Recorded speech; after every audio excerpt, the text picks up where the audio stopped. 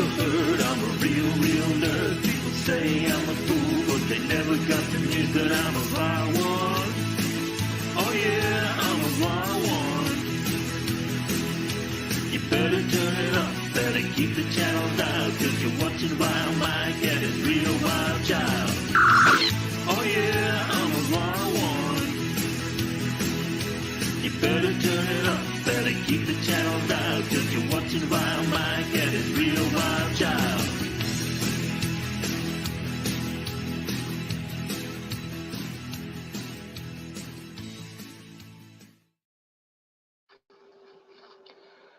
Howdy, folks. It is Vilemike here, and yes, I am still having issues. Yes, his life is a corn album. And Mrs. Vile is in the chat, and she told me that part of the thing that I'm supposed to do is make sure that she finishes her grading, because as I've mentioned before, she is a teacher and has to do her grading. So I'm telling her right now, you do your grading. I have a banner at the bottom telling her to also finish her grading. Elihu's in the chat as well as on the panel saying hola. And we got our favorite Brit, Yvette, in the chat. How you doing, Yvette? Hey, Yvette. I'm not sure if you actually saw any auroras Friday morning. Did you?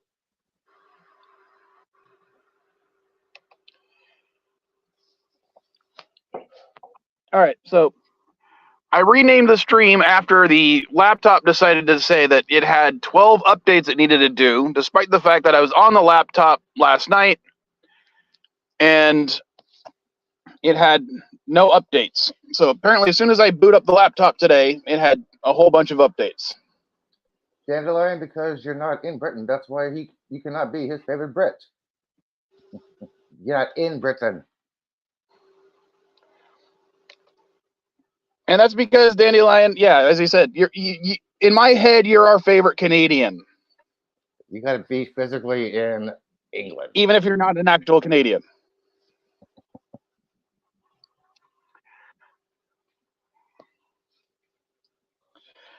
Although I sometimes might say that Sci-Fi Nation is our favorite Canadian just to piss him off, because he's also not a Canadian, but it's funny to do that. Oh, I'm sorry to hear that, Yvette. The reason why I asked, because everybody but Mike, is because the huge CMEs that's been going on past couple of days. The aurora was seen in Northern California and in Vegas. That's why I asked. Oh, I'm sorry, Yvette. Yeah.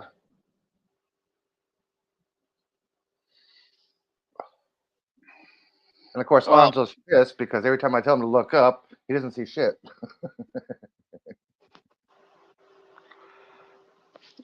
And Yvette says that Dandelion, you're my favorite Brit. So, all right. The original title for this stream was basically something along the lines of, wow, why does everyone hate the marbles? Because late last night, after I dropped the kids off with their mom, I was invited by a friend to go watch the marbles. He had previously bought tickets, but another friend of ours couldn't make it, so he's like, "Hey, I got a ticket. I don't want to just wait in line to get a refund on this one ticket. So do you want to go?" And I was like, "Sure, let's go." Now, I didn't hate the movie. I thought the villain still suffers from Marvel disease when it comes to making way too sympathetic yet evil villains. And but I didn't hate it. So I'm wondering what's the reasons why everyone seems to be hating on this movie everywhere, saying how horrible it is. It's a woman. They're making women superheroes again. Oh no, it's gone totally quote unquote woke again. Crap. This is why people are hating it, because they actually focus on what they see instead of what they're actually watching. If you notice somebody who's gay, trans, bi in a movie before you actually watch the character or the storyline, You're not enjoying the movie.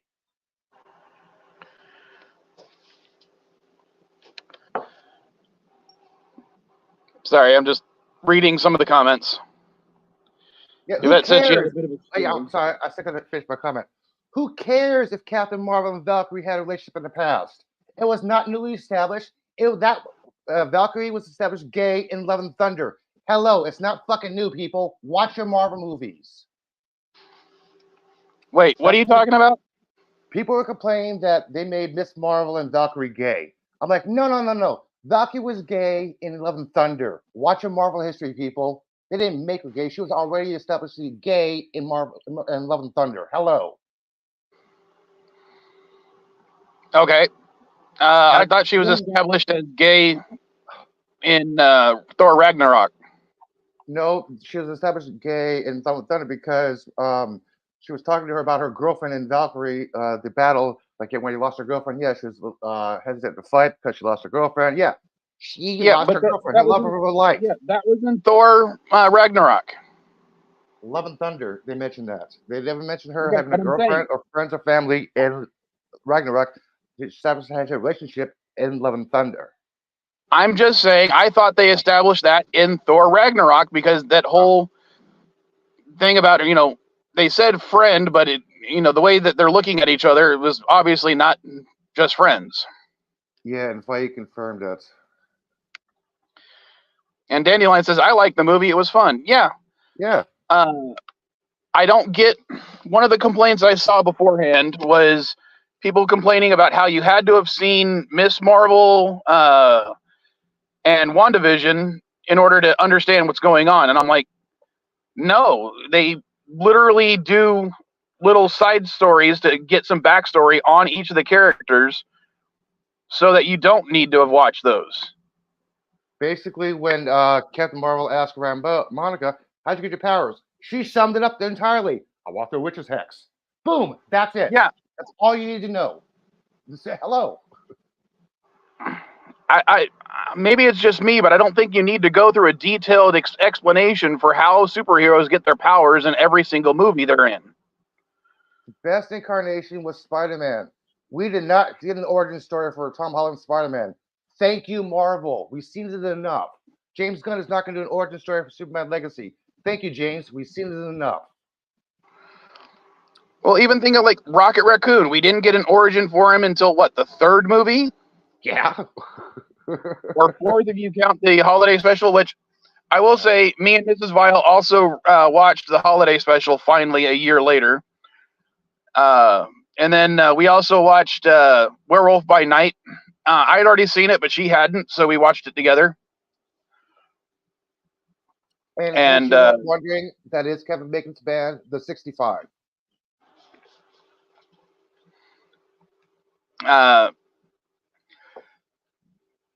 Okay. I'm not a huge Kevin Bacon fan anymore, but I did like his presence in the movie. I thought him doing that whole thing as an exaggerated version of himself was a fun gag. Yeah, it was a playoff of Nicolas Cage. But I do. The funniest part for me about that was the fact that I'm like, there is no fucking way he's answering his own door.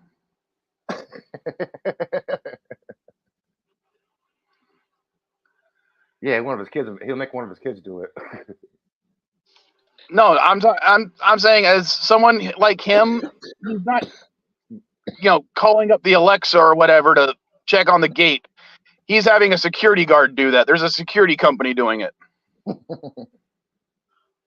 But of course, you got to have it that way for the movie to make sense. Yeah.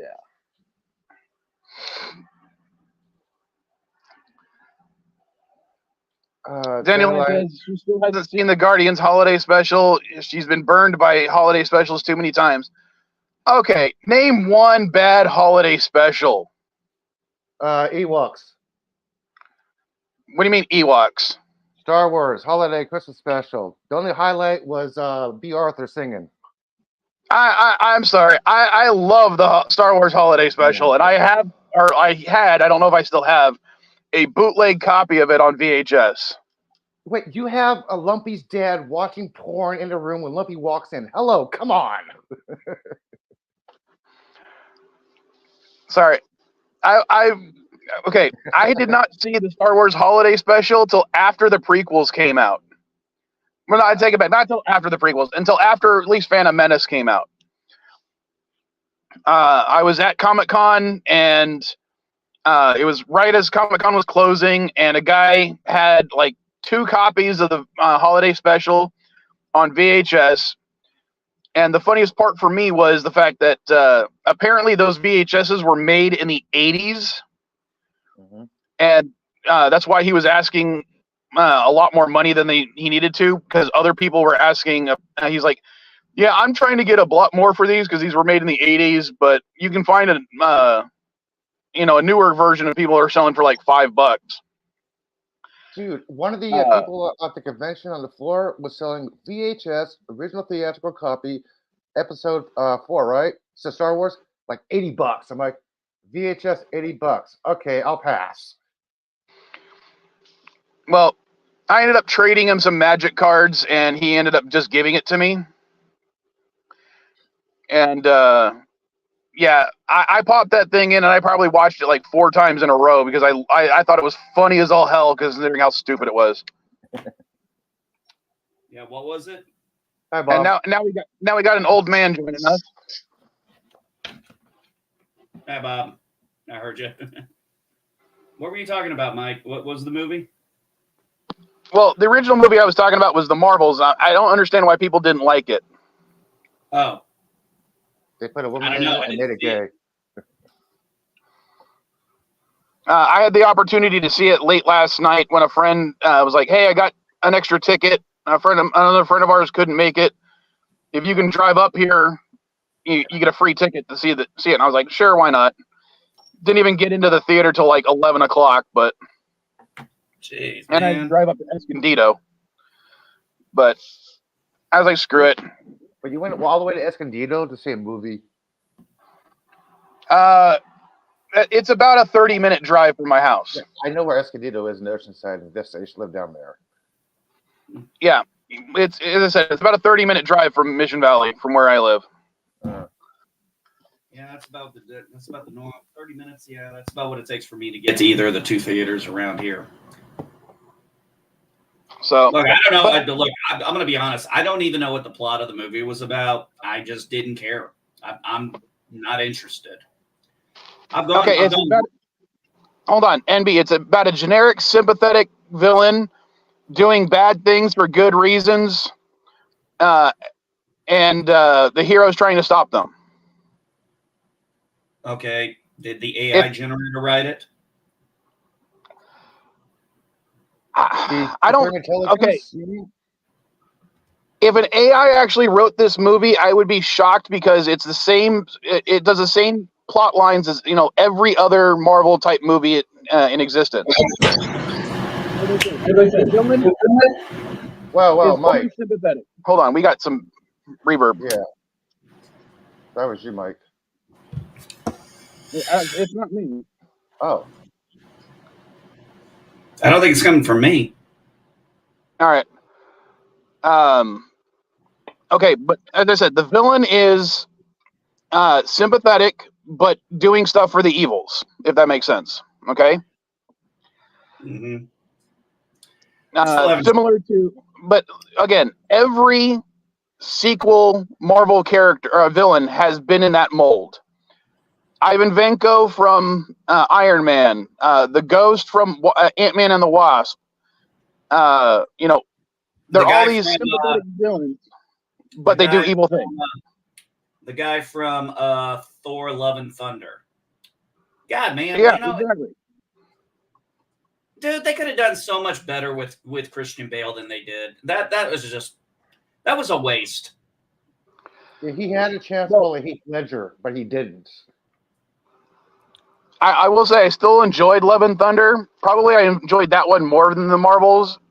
But the Marvels, I think the biggest crime it has is it's an average Marvel movie. And the problem with being an average Marvel movie is it means it's not good anymore in a lot of people's minds. Well, my thing was I didn't think Ant-Man Quantumania was that bad.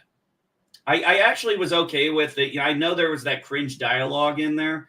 All I said was, yeah. I said, but I have kids. I have daughters who say stupid shit like that. So Yep. I was like, I can live with that. Cringe Mordock, dialogue. my only problem was really Mordock, because even in the comics, I thought Mordock was a shitty, stupid character. Modoc, not Mordock. Yeah. Whatever. It's MODOK. Yeah, it's Modoc. I know. I don't care. I always put him Mordock. Organism designed only for killing. Come on. Dude, he's a boring ass character. Yeah, MODOK was never one of my favorites. I know some people really loved MODOK from the comic books or from the Iron Man animated show back in the 80s or 90s. But that was actually a decent one. Then there's also the Patton Oswalt MODOK. What? Which, you haven't seen that one? No, but Oswald is not near as funny as he likes to think he is. I think his comedy specials are funnier than he is when he's doing an acting role. Yeah, see, I will give you that. Do not give Patton lines. Let him improv. Give him the mic and go, okay, Patton, talk. You know what, Elihu? I 100% agree with you on that. Patton Oswalt, don't get the guy a script. Just let him talk. That's why he improv the Star Wars thing in Community. That was his own little thing. Let the man improv. Let him do what he's good at. Give him a script. Come on. When you hand that guy a script and he can't improv, you know it. You know he's just reading the lines. Yeah, it's kind of like I'm not a huge fan of him anymore, but Jim Carrey, you got to let him improv. When Robin Williams was alive, you always let him improv. You let comedians improv. You guys heard what Chris Columbus said about the Mrs. Doubtfire? What? It's been a while, yeah. There is approximately about 1 million foot of unused, unseen footage of Robin improvising the hell out of everything.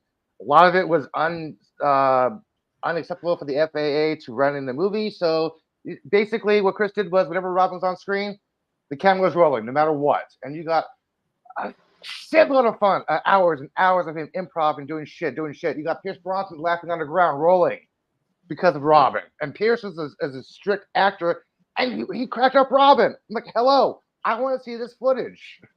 Yeah, I would too. Yeah, I've heard about that. At least the Columbus you gotta let these guys look. Some of these guys can do a script and run well with it, but you gotta let the comedians improv. Come on, this is what they're good at. You know, when Henry Winkler was telling a story about when he first met Robin on the set of Happy Days, there was 3 cameras on the in the floor. It was basically Lucy's idea. 3 cameras: camera A, camera B, camera C. Robin did his scene, and he heard the director go, "Okay, camera 1, did you get Robin?" Camera's like, "Nope." Camera 2, did you get Robin? Nope. Camera 3, did you get Robin? Nope. From that point on, there was 4 cameras issued. One was always on Robin. I can believe it. Yeah. A strange thing.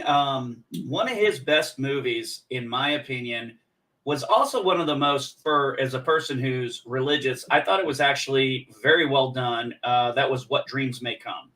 Oh, that was good. I don't think I've seen that since it came out. What I loved about it, as someone who does believe in the afterlife, I thought, this is probably a very well interpreted view of how ascending would go from being human to, another plane of existence. Takes your mind a while to wrap your head around it, wrap your mind around it and everything. I was like, I thought that was well done. I'll be honest with you. I don't think I remember anything from that movie other than like certain visuals, and that's it. I thought it was a great movie, but I'm not used to seeing Robin Williams in a lot of drama roles, but that and like Good Will Hunting did show he had range. 1 Hour Photo, he had very good range. Oh, 1 Hour Photo, I was shocked, considering. I mean, he played a villain way too well, in my opinion. Whoa, wait. Okay, guys, I have not seen 1 Hour Photo. I know it's on Netflix. Was it good?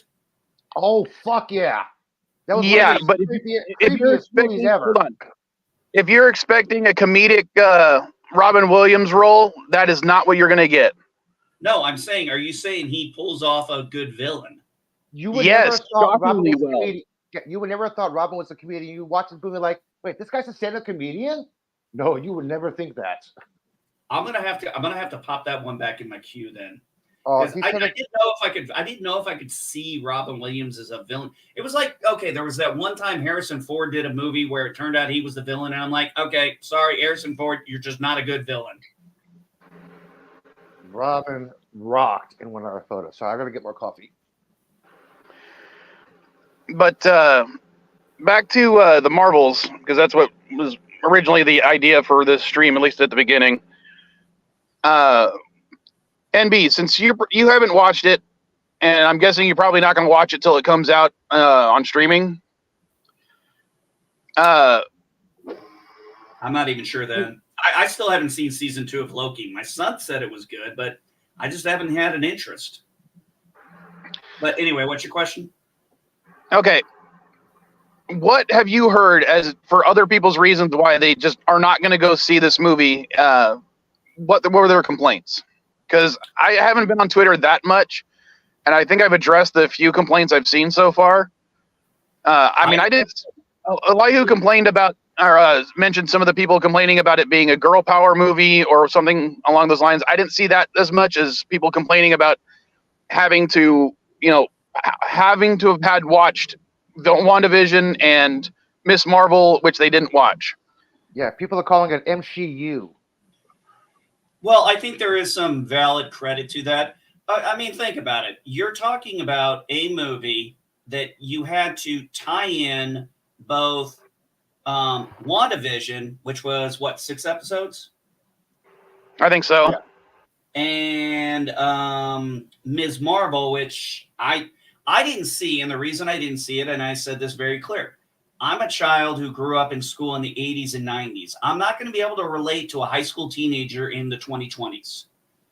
Whether it's male or female, I'm not going to be able to relate to that. I will tell you right now, when I watched it, you do not need to have watched those shows. They do brief explanations, including a dramatic bit when it comes to Rambeau's character, as to what her motivations are. I think the whole point is people felt like they, and this is the perception. Let's go off of not reality, but perception, because perception is mostly reality. People were under the impression they had to watch, 12 hours of shows, 12 hours of 2 shows to get the context. Oh no, actually, don't you also have to add in Secret Wars also? I will tell you this. I have not watched all of Secret Invasion. I only watched like the first 2 episodes before I was like distracted by other things. And I don't think you do not need to watch it. The only prerequisite I would say you'd have had to watch is the first Captain Marvel movie. Yeah, unfortunately, I think for a lot of people, the perception was they had to watch a lot of stuff. And honestly, even if they didn't watch it, they didn't know who these characters were. They weren't invested in these characters. They felt like, I think a lot of people also said they felt cheated back when the first Captain Marvel came out, because they made it implied that it was a must-see for us to get to understand, Endgame. And, well, turned out that wasn't true at all. So I think people got a little bitter about that. I haven't really heard anybody bitch about the actual actors at all. In fact, I've even said, I think the only reason Brie Larson even did it is because she was contractually obligated. I think Iman had a hand in that, because I think she's trying to become producer for the next movie. Iman Vellani, people need to save her, man. She has been promoting Marvel. She's been promoting this movie. She's been giving ideas to Kevin. She basically loves this movie. She's a huge MCU Marvel fan. She's the only one, basically, besides Kevin, besides Bree, has been going on different YouTube channels, been going on social media posts saying, hey, I love this movie. She's not saying, you need to watch the movie. She's saying, I love this movie. This is so great. This is her promoting it. She's not saying Well, you have to watch this. She's saying, this is my opinion on this movie. This is why I did this movie. This is why I love it. You don't hear Samuel Jackson going, yeah, I did this movie because of the paycheck. Or I did this movie because I love Miss Marvel. No. You actually hear Iman talking her passion about this movie. Well, unfortunately, then she got hit with just bad luck, bad timing. Because you got to remember, we had so many articles and so much stuff and all the bashing and everything. And I think it just, another factor is, I think people have hit apathy at this point. I don't think it's superhero burnout. I think it just was apathy after a while. We all got past the hate and we just went to apathy. And also, you got to remember, the superhero thing has been going on since Blade. Going all the way back to Wesley Snipes, folks. It's been a long time. I do think there's a little bit of MCU fatigue going on. That might be part of it. I think this whole movie just suffered from a bunch of factors that aren't really the movie's fault per se. But I do think there are issues. I mean, it's not like it's not a Spider-Man movie where everyone's going to go see a Spider-Man movie because Spider-Man is, the most popular character in the MCU and in Marvel. Yes, that is hands down true. And let's face it, Photon, Captain Marvel, and Miss Marvel are good characters, but they're not pillars. They never have been pillars. That's why the rotation of that. There's many characters that have had the Marvel name in Marvel. Well, let's put it this way. Let's even skip over the X-Men, the Fantastic Four, the Sony Spider-Mans and stuff, and let's just go back to 2010 back when Iron Man 1 came out. Remember, they still don't have the rights to the Spider-Man or his Rogue Gallery. That's why they had to go into that deal with Sony. Yeah. But they had to make basically being B-list characters, which I'm sorry to say, Iron Man, Captain America, Thor, they were still kind of B-list characters. There really wasn't the only A-list character they really had was maybe Spider-Man and possibly Wolverine. Yeah, but they didn't have the IPs for that. No, they didn't. They didn't, because the IP for X-Men was at Fox, and the IP for Spider-Man was at Sony. And and we remember that history. They were scrambling. They needed money back in the comic book industry, so they sold rights. And but they managed to get good actors, good directors, people who really enjoyed and embraced the story, and they were able to really make something special that other people tried to do, and it didn't work. But unfortunately, I don't know if it's necessarily there's MCU fatigue. I think that maybe if they had lightened up their load a little bit, but I also think the bashing of people not going to see the movie and stuff and all that writing crap, I think that really turned off a lot of people. And then, dude, the writers and actors strike was going on, and I was like one of the only people talking about it and just bringing updates, and people were like, oh, that's still going on. I didn't know. They didn't care. People were they were like, I don't care. Apathy had set in. I really think that's it. Because I ain't heard anybody bitch about the characters other than the fact they really don't know them. If you look at the trailers, you really didn't know who the villain was. Yeah, I will say, but hold on. I will say, a lot of the sequels don't really focus on the villains as much. I mean, even take Iron Man. I don't remember the trailers focusing in on who Ivan Vanko was. They definitely weren't focusing on who Aldrich Killian was. I mean, they did the whole Mandarin thing, in my opinion, I loved the Mandarin twist. Oh, I love that bait and switch. I love that bait and switch.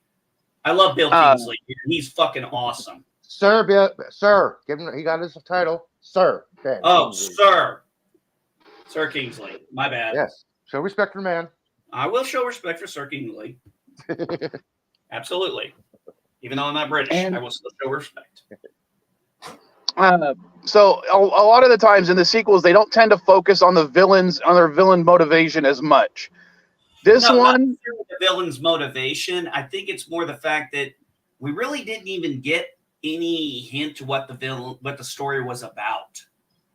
I mean, if you look at the trailers, it never really goes into what the movie is about. The Marvels basically was one person trying to get personal revenge on a superhero, aka Carol Danvers, for destroying their planet. That was one personal revenge. That's the movie. But they were. But hold on. When I said they were overly sympathetic, the reason they were destroying those planets is because they wanted to save their planet. Yeah, I know. So we commit genocide to prevent genocide. Yeah, essentially, yeah. That's why I said it's personal, because she was attacking every single world that Carol called home and loved. That's why it was personal, not any other writing planet. It was personal vendetta, not a society vendetta. Personal.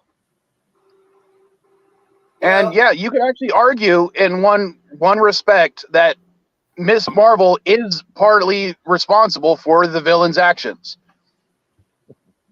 Similar to how they did that in Iron Man, they were responsible for the hero's or the villain's motivations, or why the villain was doing everything. Well, this is when you have to realize when it comes to the moral high ground, nobody really has it except whoever wins. Yeah, except for Obi-Wan. But I think the MCU needs one of those villains that literally just does things for the evils. You need one of those types of villains. Okay, who do you have in mind? One of the Kings. Well, the problem is the Kings didn't work out, and I think they need to do something about making a king who can actually bring all the heroes together in an endgame style event later on, who actually maybe kills somebody to make them actually a threat. Well, the problem with that is, and I do agree with some of the stuff I've seen where they said, the problem with that is we've already seen him killed twice. Once in Loki season 1, and then once again in Ant-Man. And we find out there are endless multiverses of him. It kind of takes the big baddie thing away. It really weakens the villain when he's already been beaten twice. Well, what I would do is, in each of these little movies, have a singular king just start killing other kings. I have a feeling they're not going that route, but I don't know if the rumors are true or not. I don't know if the rumors are true or not. I'm more concerned with them getting the first. I would really like them to get the first Marvel family right. I mean, you know how many times I've heard rumors about F4 casting this every other week is F4 casting news, changing characters. But make up your mind. Stop posting shit. Only post. I'm waiting for Marvel to make the official announcement who is going to be in this movie, what it's going to be casting or doing this movie. No more speculation bullshit, people. Come on. I agree with that. I do agree with that. That's why I don't get into the speculation stuff. I'm like, I'll wait and see when the official cast is finally done. Yeah, and I'll be completely honest. When you said you watched the trailers for the Marvels and weren't really interested because they didn't do much about the villain, I don't think I even saw more than one of the trailers, and I think I only saw the trailer once. Well, this is the second MCU movie that said the name of the movie in the movie. The first one was Iron Man. This one was The Marvels. Now, I will say this. The one of those Marvel Disney Plus shows, I actually like the Hawkeye one the best, personally. It was the most believable one to me that I thought was the most enjoyable.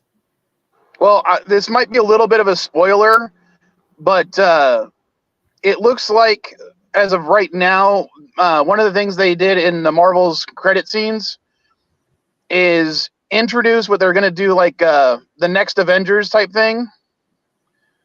Yeah, they're doing the 18 Avengers or something, the women Avengers. No. Iman said they are in pre-production for Young Avengers. Oh, Young Avengers. Young Avengers. Yeah, Iman said that. I'm thinking of the animated movies they did, where I think it was Avengers Next or something like that. No, I thought there was like an Avenger. Wasn't there like an all-female Avengers called comic some years ago called like A-Team or something. I doubt it was called A-Team, but I remember something like that. I have no idea, to be honest. I don't really read the comics as much.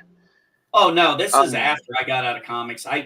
Dude, I've been out of the mainstream comics since 11. And I'll be back, guys. I'm gonna Jaloja. Okay.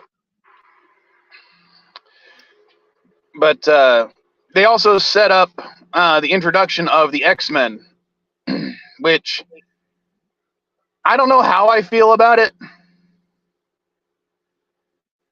The CGI was done on purpose. It represents live action X-Men 97. Well, I don't know. As I said, I just don't know how I feel about bringing in the X-Men into the MCU as they are. Personally, I would rather wait till they reboot the franchise before they introduce the X-Men. Because I think the X-Men is the X-Men is a whole other coin or side of the coin for Marvel. Yeah, they have their own enemies, own villains, because they rarely actually interacted unless it was Fantastic Four or Spider-Man occasionally. But Avengers and X-Men really didn't interact. Well, see, it's like you got the two main sides of Marvel. You got the Avengers side and all their ancillary titles like Iron Man, Incredible Hulk, Captain America, etc. Then you got all the X-Men stuff, which is its own side, where they have, Wolverine, Sabretooth, X-Men Blue Team or whatnot. I don't know if they still have that kind of stuff, but Uncanny X-Men, X-Force, Deadpool, all that stuff. Then they have then they have Spider-Man, which is that round peg that can go into any hole. Well, it's true. Yeah, yes. No, I mean, it's true. You think about it. You got the story. You got Spider-Man. You need, heroes that are hated by the public. You can go in with the X-Men as well as, by himself. He's a part-time Avenger, so he can do that. Hell, he was on the Fantastic Four, and no one batted an eye. Yeah, remember when he had that paper bag? He lost his mask. Oh, no, I'm talking about he was an actual Fantastic Four member. He had a little black and white costume. Oh. I just remember the paper bag one. Oh, hold on. Let me see if I can bring it up. I think it was the Future Foundation stuff. Okay, screw you. Sorry. Screw you. I'm going home. No, it's like Chrome is like, because I updated the computer, Chrome is like, we got this and this and this. You got that little orange tab that says update on the top right? Oh, I love when I get that. I always know when I got an update because I always know when I have to do an update because that's when all of a sudden everything starts slowing down on my computer magically. Yeah. I got to open up a couple tabs. I'm like, okay, I don't want to lose this window because if I don't open this window up and I hit reset Chrome, it'll lose it. I got to look at my history, trying to find this page again. Like, damn.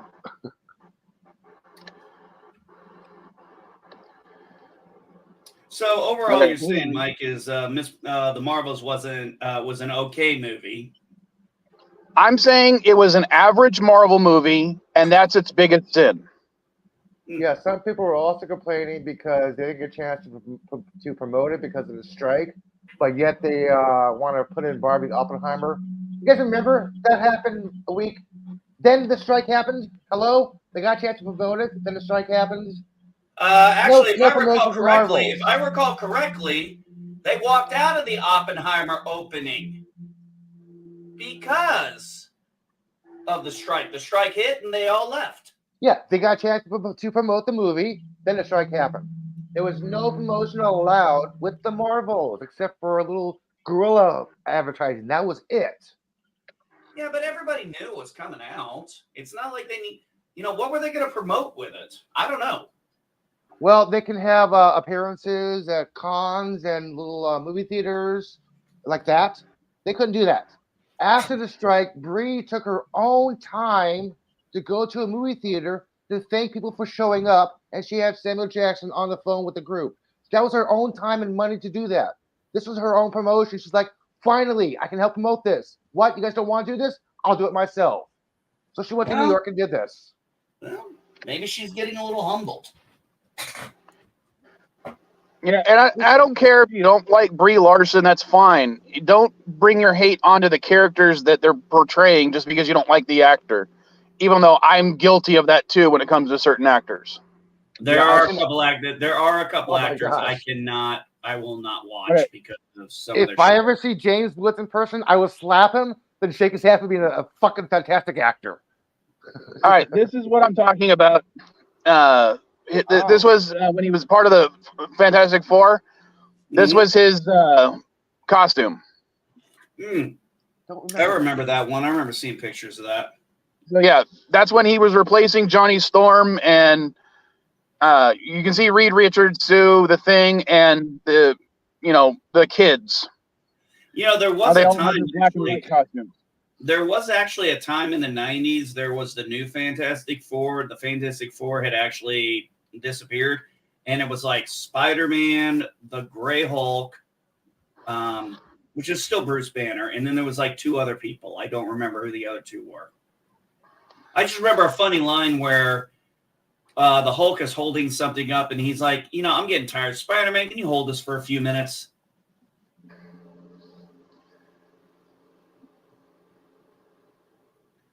I actually like. I'm trying to remember what that was. Now, that was a long time. That was back in the 90s. I know that. Now, as far as I know, the only Marvel movie coming out next year is supposed to be Deadpool 3, which won't come out under the Disney banner. It's going to come out probably under the association with Marvel. I don't know. I have no idea what movies are coming out. I've been avoiding that stuff because I want to be surprised. I want to enjoy these things. Actually, about the only thing I'm looking forward to next year is Dune Part 2.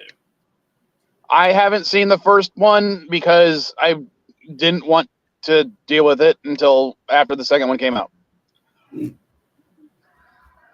Chalamet is an okay actor.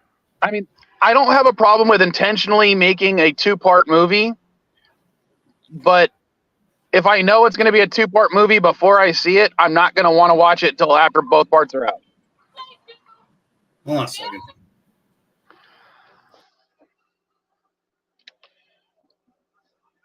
Yeah, David, we were talking about that, and you don't really need the baggage. The only movie you have to really watch before you watch the Marvels is probably Captain Marvel. You don't need to watch Miss Marvel. You don't need to watch WandaVision.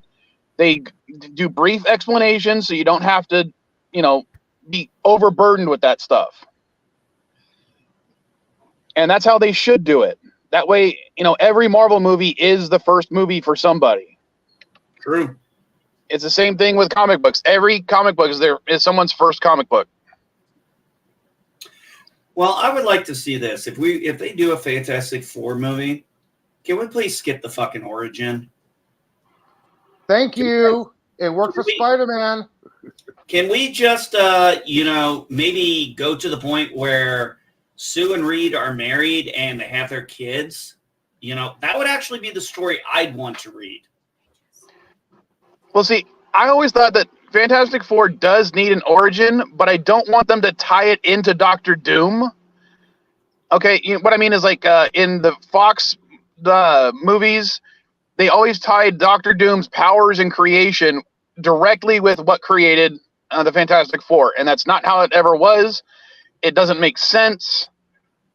No, Doctor Doom should be, and I don't even want to see Doctor Doom as the villain in a Fantastic Four movie. What I'd like to see is whatever they do is, because of the time gap, Fantastic Four should be the first family of Marvel. They should be the first characters, or at least early on in the history. So have it so that whatever causes their creation also jumps them into the future, 30, 40 years. I stand by my statement, by the way. I stand with my statement. We don't need their fucking origin story. We don't. I stand by my statements. Well, think of it this way. what if they open the movie with the Fantastic Four on a shuttlecraft type thing that just appears in the sky, and people are all confused because, wait, wasn't that something that was launched in the 60s? What's going on? No, I like the idea of doing something like they did with the Incredible Hulk. Just put their origin in the freaking opening credits. Boom, done. Thank you. By the way, this is a kind of little spoiler for the Marvels. If you guys actually look at the end where the rip in space time happens, there's this red cloud above Earth. It could be the cosmic rays for the Fantastic Four, by the way. I don't. Marvel's not that subtle. Yeah, I know they could be, but they could not be. I saw that red cloud. I'm like, ooh, F4. I just want him to get the Silver Surfer right. I don't care if they gender swap Silver Surfer. Who gives a fuck? It's not a real person. Actually, I do care because he's one of my favorite characters.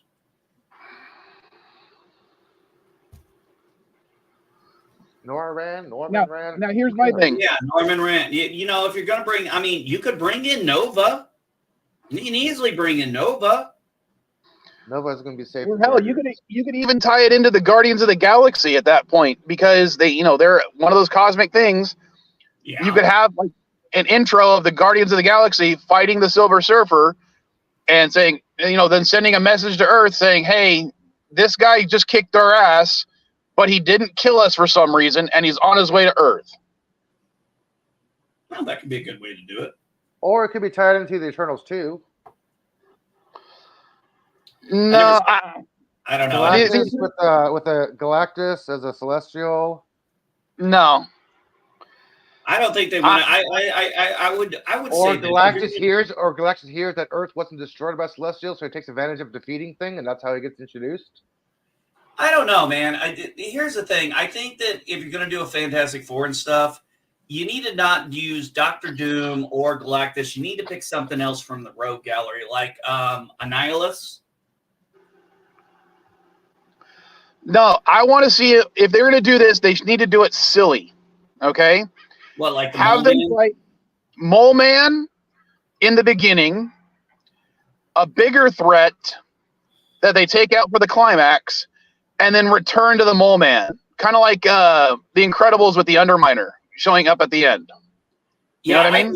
I really thought when I saw the Underminer, I was like, oh my God, that's like the Mole Man. Yeah, and David called it. Yeah, Mole Man.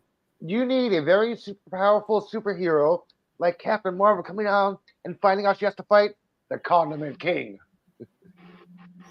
Okay, now you're switching franchises. Now you're crossing DC and Marvel. Oh shit! I was thinking. Sorry. That's a Batman guy. Yeah, sorry. I was thinking of stupid villains, and Condiment King came to my mind. Sorry. Okay, is there a other than the fact that Godzilla was briefly in the Marvel canon? Who is there something that could be like a big threat for the Fantastic Four to fight? That's what I'm looking at. I'm gonna look at the Rogue Gallery real quick. I think Annihilus would be a good one. I think Annihilus might be too powerful for a first-time team. No, the Frightening Four is Bing, Fang, well, if you want to go silly, if you want to go silly, we could go with the Frightening Four, the Frightful Four. No, again, that's like introducing the Sinister Six in a first Spider-Man movie. Hint, hint. Okay, how about the Kree? We've already done too much Kree shit, especially with the Marvels just coming out. Because the villains in the Marvels is the Kree. Well, if Marvel wants to do something, they can actually do a whole nother Fantastic 180 and have them go through some kind of wormhole and find some kind of new alien threats instead of something that's been in the comic books. I could see the Brood doing it. Ooh, the Brood be a good option. Yeah, I could definitely see the Brood. And they could tie it in, if they're insisting on tying it into previous films, have one of the alien cosmic characters warn them about it. Well, And then the only okay. ones available to fight them at that specific location are the Fantastic Four for reasons that they can't go, for X reasons. Well, if you think Annihilus is too strong, well, obviously that takes Onslaught out. Well, Onslaught is also more of a X-Men villain. I know, but he's still still messed with the Fantastic Four a few times. I do like your idea of starting out with the Mole Man and then building to a bigger baddie. It's just a question of maybe even do a montage of them taking down lesser heroes or not lesser heroes, lesser villains like Stiltman. Or go ahead. How about I would say the most obvious, and this wouldn't even be. Unfortunately, they did it and I didn't see the movie, but they did it in the Black Panther 2 movie. They introduced Namor and butchered his name horribly. Yeah, Quetzalcoatl. And which is too bad because that was a big trope back in the day. Was Namor being infatuated with Sue? Yeah. Why don't we just bring back the Inhumans and introduce Maximus? Because we already did the Inhumans and it bombed, remember? That was a TV show. What about the Puppet Master? Nah, overrated. God, it's been a while. Let me look up the Puppet Master. Puppet Master is almost as bad as Hyperstorm. Overrated. Come on. Okay, what about Terminus? Ooh. That's a good one. Well, this would tie in because remember, the Terminus want to get revenge on the Celestials. Yeah, that's true. Got some throwing Terax. You could throw some stuff in there with that. I mean, if they make an Eternals 2 or they tighten, I don't know if they'll make an Eternals 2, but they might be able to tie it in. Okay. Well, then I didn't see it. Like I said, I haven't really seen a lot of the newer ones. The last one we saw was Guardians of the Galaxy 3, and that was the one we said, damn, we should have gone to the theater to see that. That was really great. Yeah, fortunately, Mrs. Vile and I did get to see that one in the theaters.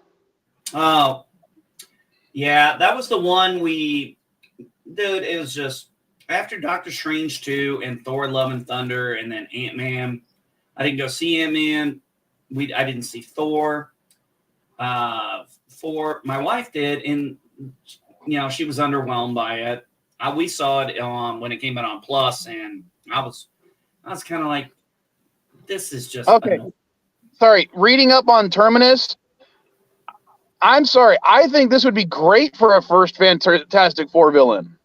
You think so? Because it says it starts off as a microbe, turns into a robotic microbes, starts making larger robots, and then the larger robots merge together to form the actual Terminus thing. That is exactly something that would, you could have Reed Richards studying the microbes, seeing them change, Sue Storm helping out. I think that'd be a great first villain, major villain. I do like the idea of having them fight lesser villains in a montage, but that way they can, explain their rise to celebrity status, learning how to use their powers, that kind of stuff. I think it would, I would definitely agree. That would probably be a good first villain. And you're right. It brings in, because you got to have the scientific element in this because of Reed and you have to have that. And it's not like she's a Mary Sue. She's a scientist like her husband or future husband, depending on how they do it. So will the thing still be a jock? A former jock or military? I lost you there. I don't know. Sorry. I didn't hear all that. The new incarnation of the thing liked him as a pilot. A former jock, but he was supposed to be a former military. Then he was a former astronaut. Which incarnation? They need to keep Ben Graham grounded in his own thing. He can, depending on the time way, you can say he's a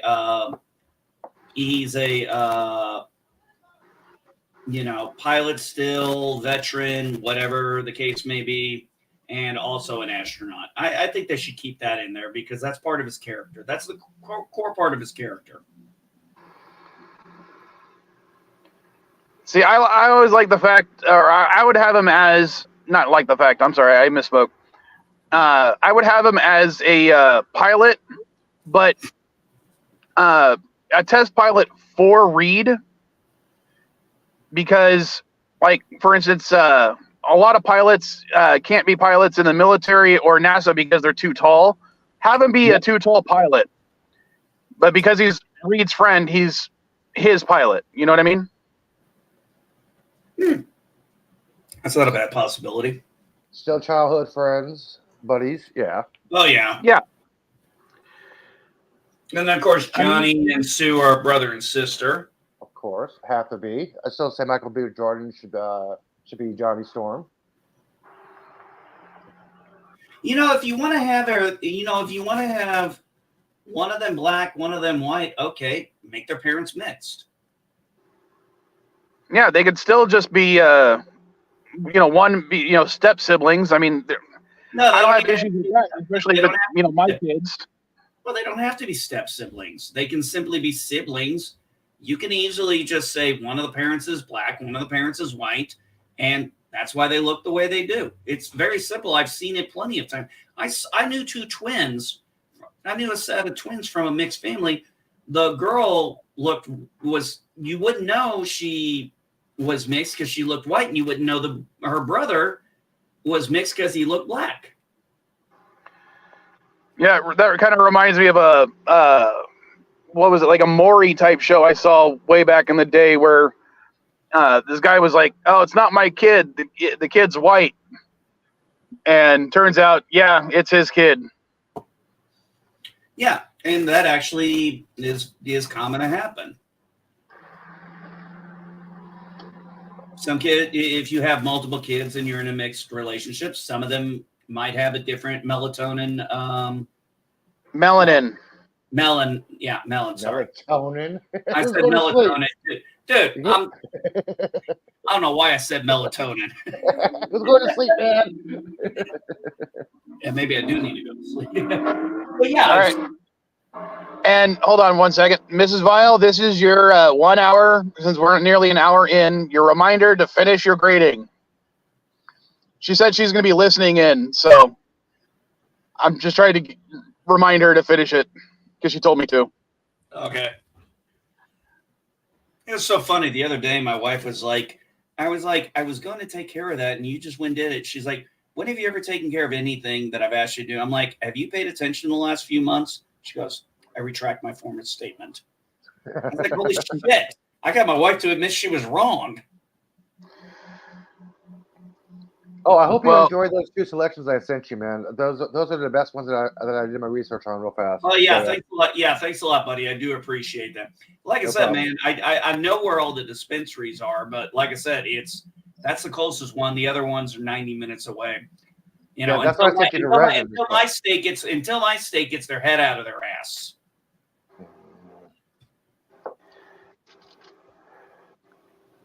Did you see any auroras? No, we've had pretty much cloud cover the last week. Storm's over. And I think I'm way too far south. Yeah, you are. I sent you a little video just about Vegas, little clip. Did you see that? Yes, I did. That was really cool, man. Thanks. Yeah, Las Vegas even saw the auroras. That was awesome, man. That was really cool to see. That was a cool thing to see. I got up early at 4 o'clock in the morning to go out to the pier, sat out there for an hour waiting, but no, the clouds are not clear. You guys continue talking about this. I got a Geloja real quick. Okay. Yeah, no problem. Yeah, I'm sitting at the ballpark at the end of the pier. I got one of the security guards coming up and chatting with me. He's like, yeah. He's like, yeah, I heard about that too. And he had to do his rounds. I'm still sitting there. He comes back an hour later. He's like, see anything yet? Like, nope, I'm going back home. It's fucking cold. Yeah, we've had some cloud. We've had some bad cloud cover last few days. That just is what it is, man. It's like I said, my luck, I'll have to go to Alaska to catch a good view of it at some point. But that's pretty cool, though, man, that you got to see that little clip there in the Vegas part. That was nice. Yeah, That was first really I cool was to in see on the Alaska infrared. last That year. was it was cool to see it in the infrared spectrum. That was nice. I mean, it's even nicer to see it with your own eyes. Oh yeah, absolutely. Yeah, I saw him last year. If I can afford it, I go back to Alaska for New Year's. Oh, I'd love to take a cruise to Alaska. Cruise is overrated. Well, I don't know. I've never been on one. I'd like to actually make the decision for myself. You ever seen Hotel Transylvania? Of course I have. You ever seen Part 3? It's a hotel on water. Actually, I don't think I saw part 3. I think I only saw 1 and 2. Oh, they went on vacation, and Dracula's arguing like, it's just a hotel on water. That's what a cruise is, the hotel on water. What is which one was the one that had Mel Brooks in it? Was that the second one? I don't remember. That was, I think, the last one I saw. That's when I saw it was 3. That was a while ago. Could finally introduce Mephisto to the Fantastic Four as he's a villain in a sequel, if there is one. Oh, that's a good idea. Sacha Baron Cohen, yeah. That'd be a good one right there. Sacha's a good actor. Hey, if they make this Fantastic Four movie, do you think Spider-Man will make a cameo? Nope. You don't think so? No, they'll make a hint, or maybe like a billboard or something, or a passing reference or something on the screen with Spider-Man, but no actual Spider-Man in the movie. Like the deleted scene in Morpheus where you see him walking, you see the Spider-Man enemy thing, whatever. That LA scene was cut. Mm. Yeah, they may make a small little reference, but no Spider-Man in any Fantastic Four movie or X-Men movie.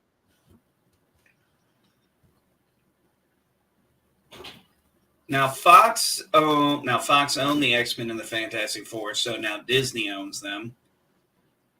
And Sony ain't giving up the rights to Spider-Man. So they partner with Marvel. Yes, they did, and they get the bulk of the money. Yes. Personally, I thought that was a smart move. And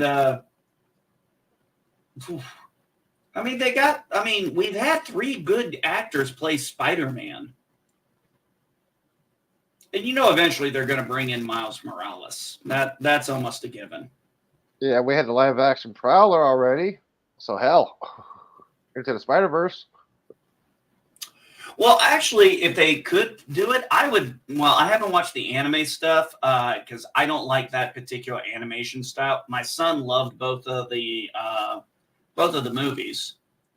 But I see them bringing Miles Morales in at some point. So we'll have, technically 4 different Spider-Mans. Yeah, if they do bring Miles Morales into live action, they need to explain the sneakers sticking with him standing upside down. Mm-hmm.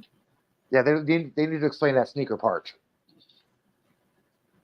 I get it. They get away in the comic books and the cartoons. And you unmuted, Mike? I forgot to add it to my coffee. Oh, there you go. I still say Black Label's better. Because Black Label is better. Yeah, it's smoother. No, I'm sorry. Black Label is not better than Red Label, and Green Label is my favorite, which is why it's on the pyramid.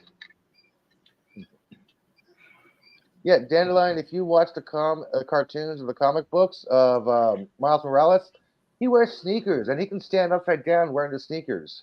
So they need to explain the magic sneakers of his ability to grasp. No, you're overthinking it. I don't know. I mean, I remember Peter crawling up with shoes on. Oh, you mean because he's standing without his hands on there, right? Exactly. I got you there. Okay. Yeah, I understand with his hand and his feet. Yeah, but no hands? What the hell?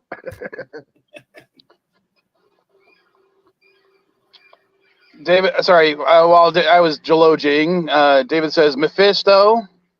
Yep. That briefly. X-Men as a villain? I don't know. I hope Franklin Richards is not the kid, because that would be too early in their history, I would think. The kid in What If? That's Peter Quill. well, don't cast Little Nas X as Miles Morales. How old is he? I don't even know who that is. No, JB Tanner should be cast as Miles Morales. Who? JB Tanner. I actually don't know who would be a good choice for Miles Morales. I mean, okay, how old is Miles in the he's a teenager still, right? 15, 16 years old. Okay. Yeah, and Little Nas is almost 25 years old. He's too old to play him. Wait a minute. Wasn't a certain Tobey Maguire in his mid-20s when he played a teenage Spider-Man? And Franco was also about the same age, and he played a teenage Harry? And Hold on. He does have a point there. He does have a point there. Yeah, and everybody in 90210 was in the mid-20s. Well, there's a reason for that kind of stuff, because some of the shit they were having them do, you can't have underage actors do. Oh, yeah. All right. Tobey Maguire was 26, and yeah, I still don't think. I think he was too old to play Spider-Man. He did a great job, but him as a high schooler, even I didn't believe at the time. That's why I'm kind of glad they cut to him being in college within like the first 30 minutes of the film. So, yeah, there's no reason for that. I mean, yeah, that was definitely a good way to go about it. But yeah, 26, I think, is a little old to be playing a teenager. I think once you're past 25, you need to not play teenagers. Yeah, unless you're Paul Rudd. There was a movement to have Little Nas X cast as Miles. Well, maybe, but. Oh, shit. No way. Tom Welling really was 27 that first season. Really? I'll be damned. I want to look that up because that just. Yeah, I got to look at. Yeah, you got to look. I did not believe that. I think he was like 24, 25. I don't think he was 27 in the first season of Smallville. Welling's not that old. Yeah, he's only 2 years. Well, he's 2 years older than me. He was born in 77. Right. Okay, he's 46 right now. And when did Smallville come out? 90s, 2000. Yeah, he was got it. Yeah, there's no way. So he was born in 77. Smallville came 2001. So that was 22 years ago. So 46 minus 22 would have been 23. He was 24. Yeah. 23, 24. So, yeah, he was in the right age bracket. Like, he's not 26. What the hell? He did not, I'm sorry. He did not look 24 or 23 or 24. He looked like a kid. Yeah. Well, he had one of those baby faces. I'm still looking at him. The current picture they have on IMDb for his age saying 46 years old. And I'm like, he looks younger than me. He in the show Through Professionals, he actually looks his age. With Brendan Fraser, he actually looks his age. Yeah. That was a good show.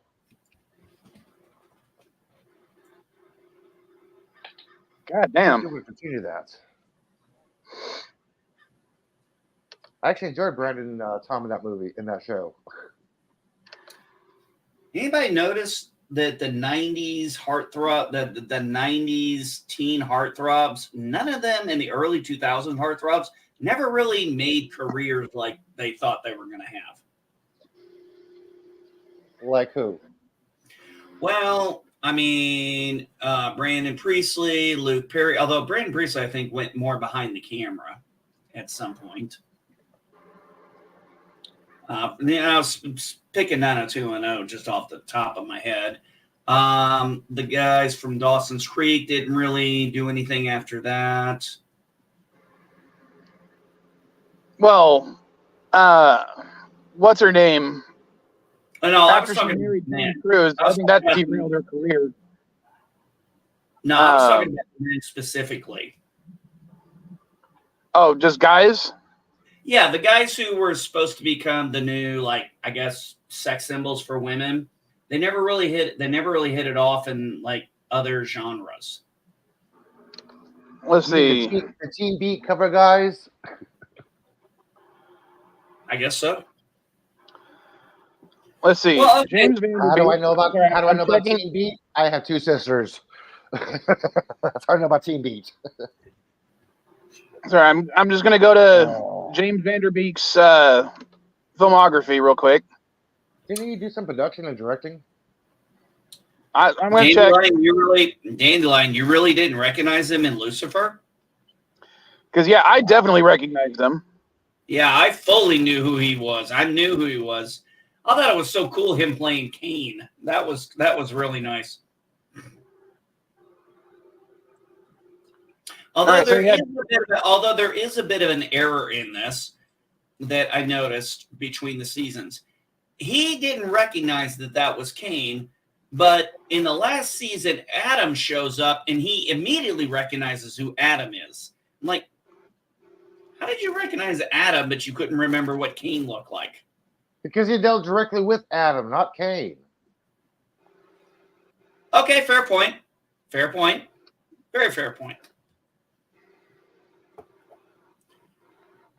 I personally liked how. So interesting story on Lucifer. They were originally going to have him do an American accent, the one he did with Michael when he was doing his twin brother Michael. But they said, sorry, NB. Speaking of the accents, we have somebody in the background, in the back, Mike. Oh, I'm sorry, I wasn't paying attention. Oh, there's Dandelion. Hello. Hey, Dandelion. See that Canadian accent? Hello. Okay, well, I was looking at James Van Der Beek's filmography. He has been consistently acting little bit parts, smaller films, unless you include the Jay and Silent Bob movies. Oh, yeah. But yeah, he's mostly flown under the radar since then. Well, I remember with Lucifer, what I was saying about Lucifer is I remember there was, I was reading some behind the scenes stuff, and originally they wanted him to do an American accent, and it turned out the accent he ended up using is the one he ended up using for Michael, because people said, no, dude, you sound too sinister with an American accent.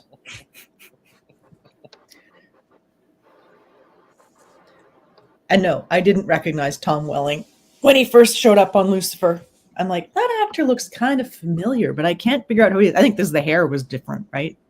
And also he was like really big. Well, he had bulked up. Yeah, he definitely bulked up. I mean, I don't know if he was like jacked or if he was just chubby, but if he'd gone dad bod, he jacked up. He jacked up. Yeah. Yeah. If you actually watch the little YouTube video where they brought back him and the woman who played Lois Lane, Erica Duran. Yeah, you see him chopping wood and everything, and then this other Lois Lane, it's like the other Lois Lane in Superman is like, is that him? And then she goes, either that or the guy on the towels. That's from the crossover. That's from the crossover. Yeah, the crossover. But yeah, he is. He's pretty jacked. He's pretty built.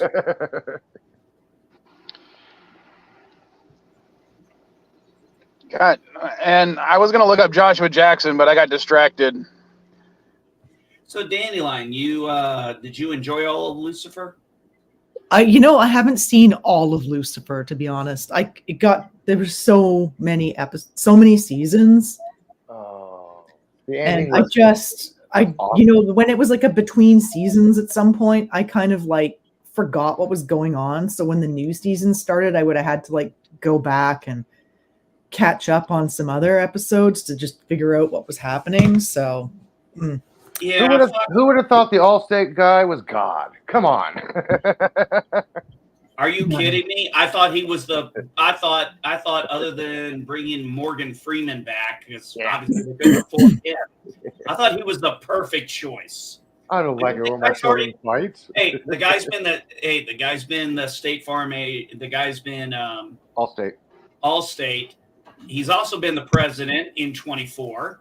Oh, I forgot about that. Might as well play God. He was perfect for the role. I thought when I saw him come down, when I heard his voice, I was like, oh my God, is this who I think it is? And he showed up. I was like, oh, perfect choice for God. Cliffhanger, winter finale. Like, no. Okay, I was looking it up, Dandelion. There is I need more 6 coffee. seasons of Lucifer. With the first season, God, the season numbers are way weird. Season Yeah, they 1 is are. 13 episodes. Season 2 is 18 episodes. Season 3 is 26 episodes. Season 4 is 10. Season 5 is split up into two half seasons of 8. And I think season I've 6 is seen 10. maybe the first 4 seasons. I've either not seen the last season or I haven't seen the last 2 seasons. All right. So the way it worked out was the first 3 seasons were on Fox. They had the first season on Fox. You had the second season that went a little bit more episodes. And then they did this massive amount of episodes for season 3. And then they canceled it.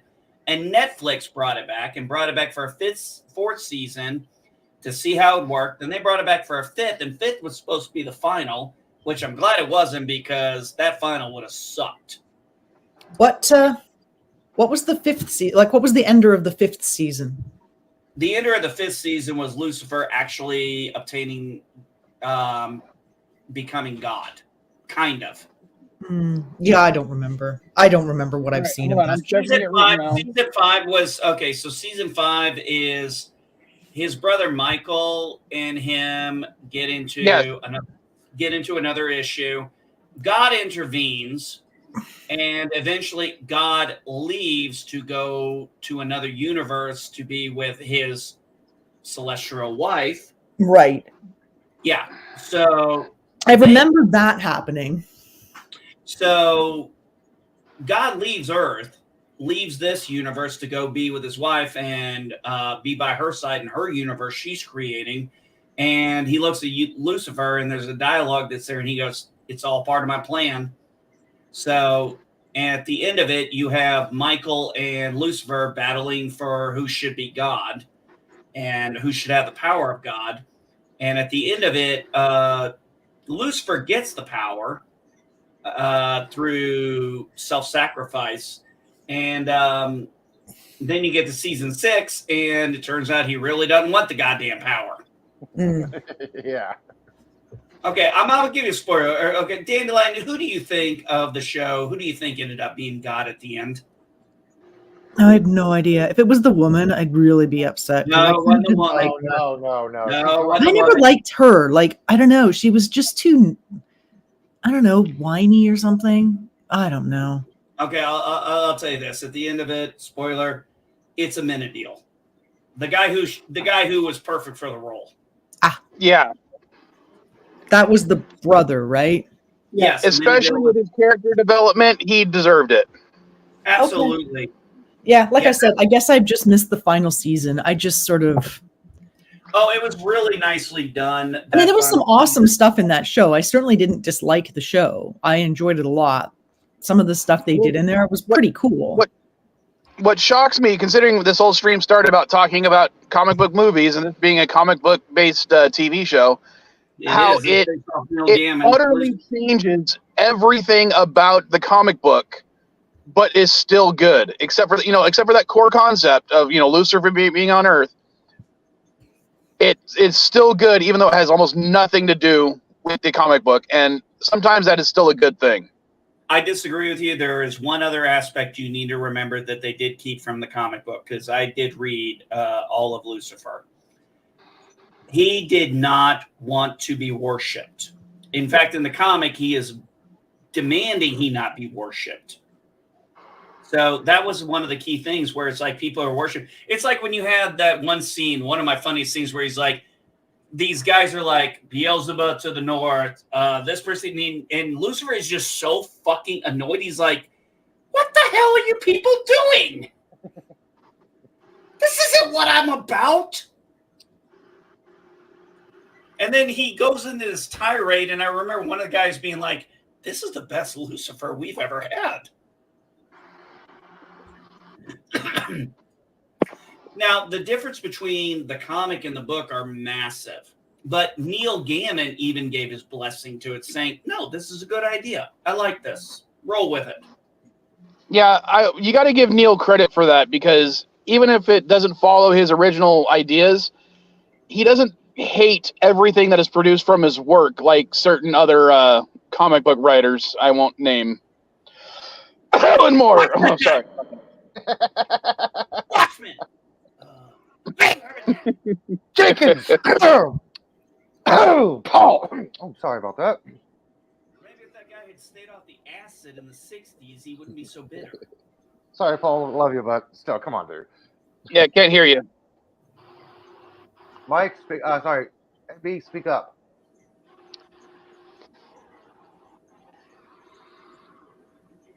Did NB accidentally unplug his mic? No, Drop. I'm still here. Oh. Okay. I just shut up. Oh, okay. Well, when you did talk a little bit, it was really quiet. We couldn't hear you. Oh, Yeah. my bad. I don't know what that's all about. We got the microphone right here. Ow. Oh, now you're really loud. That's weird. Jeez, I just moved it like 2 centimeters. Put it back. Is that better? Okay. So yes, that's much better. So we've said for God being James Earl Jones, Morgan Freeman, and I can't remember his name, but the Allstate guy. Yeah, I always What forgot. What is it about black men playing the best gods? Their voices. What? I'm going to say it right there. It's their voice.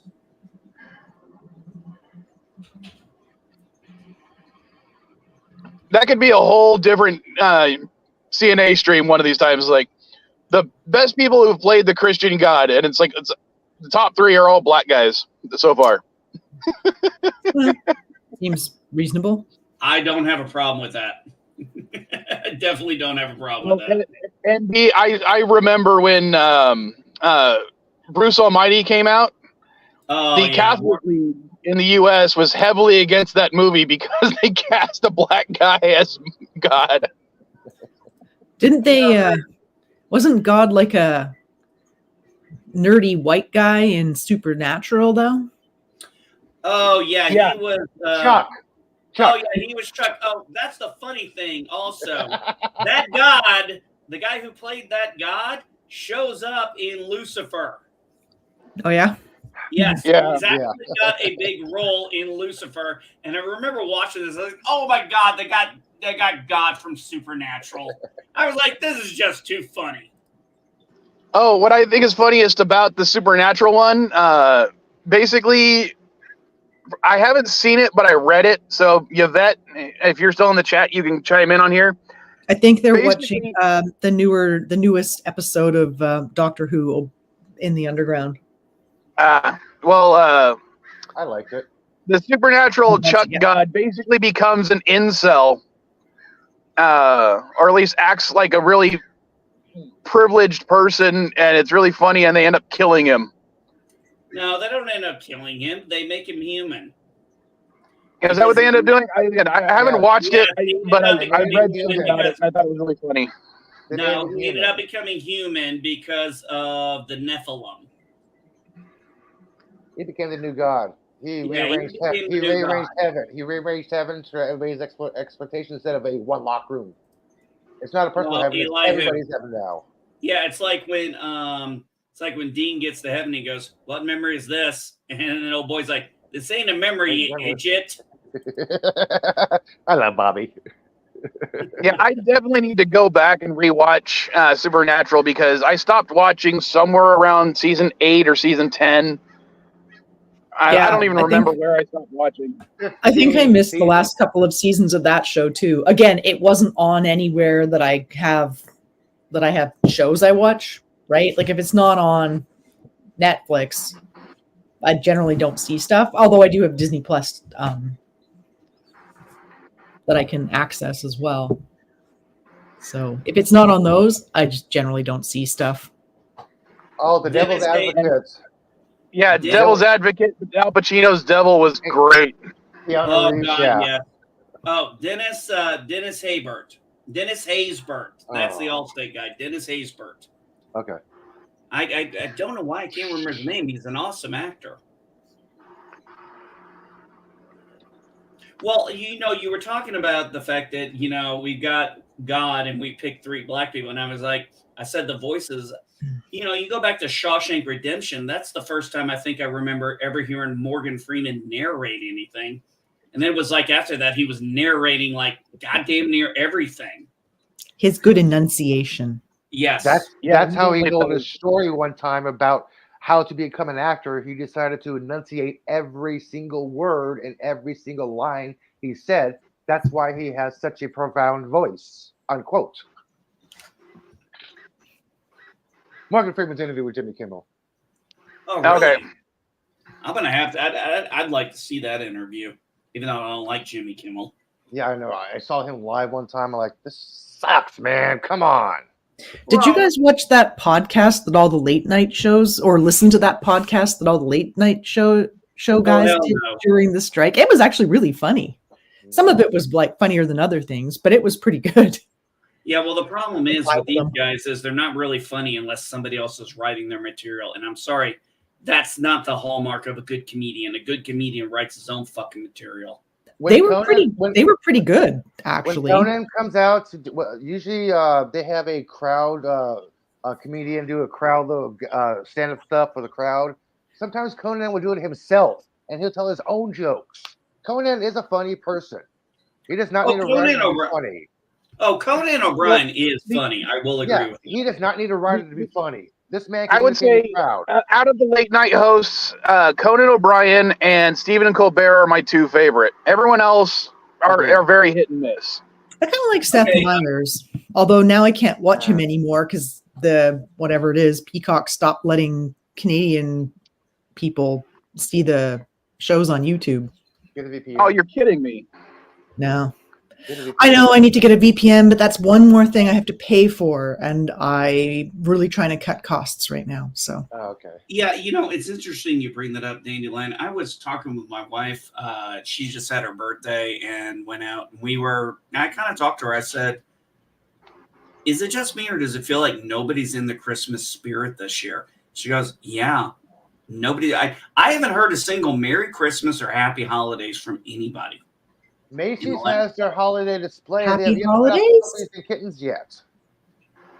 Yeah, I don't care. I'll take Merry Christmas or Happy Holidays. I just said Happy Holidays to you. Oh, I know you did. Thank you. It's just I haven't really heard it. It's like I know things have been rough this year. But damn, it's funny that you should say that, NB, because I have literally been handed more religious tracts this year than I've heard Merry Christmas. Now that you mention it, I'm like, yeah, I've had people hand me the frickin', you're going to hell unless you accept Jesus tracts. Then I've heard them say actual Merry Christmas when they did it. This is why I wear headphones when I go grocery shopping, so I don't have to hear that damn Christmas music. I like the Christmas music. I literally had someone hand me a bound copy of the Gospel of John while in the bathroom this year. Dude, there are Jehovah's Witnesses by the cable car. There's people screaming religious stuff by Trader Joe's, even by Target, even by Safeway. It's kind of hard to go shopping nowadays. I know what you mean. No, but here's the thing. I'm not even saying that. You got to remember, I live in Sticks, Indiana. We don't have all that crazy shit going on here. It's just we don't get that here nobody is in the holiday spirit this year. You know what? Because of where I work for my day job, every single one of my stores has the little Salvation Army guy standing outside ringing his goddamn bell. And actually, you know what? We haven't even had the Salvation Army people aren't out yet. Maybe they aren't out till like. Oh, they've been out since before Thanksgiving at all my stores. Huh, oh weird. Yeah, the Salvation Army down here starts around November. Yeah, I haven't seen a single one actually this year. It's usually. If I'm going to be honest, I've seen them, but they haven't been as frequent as they used to be. Usually, it's a daily thing. I know. I was a bell ringer for the Salvation Army for a while. in the 90s.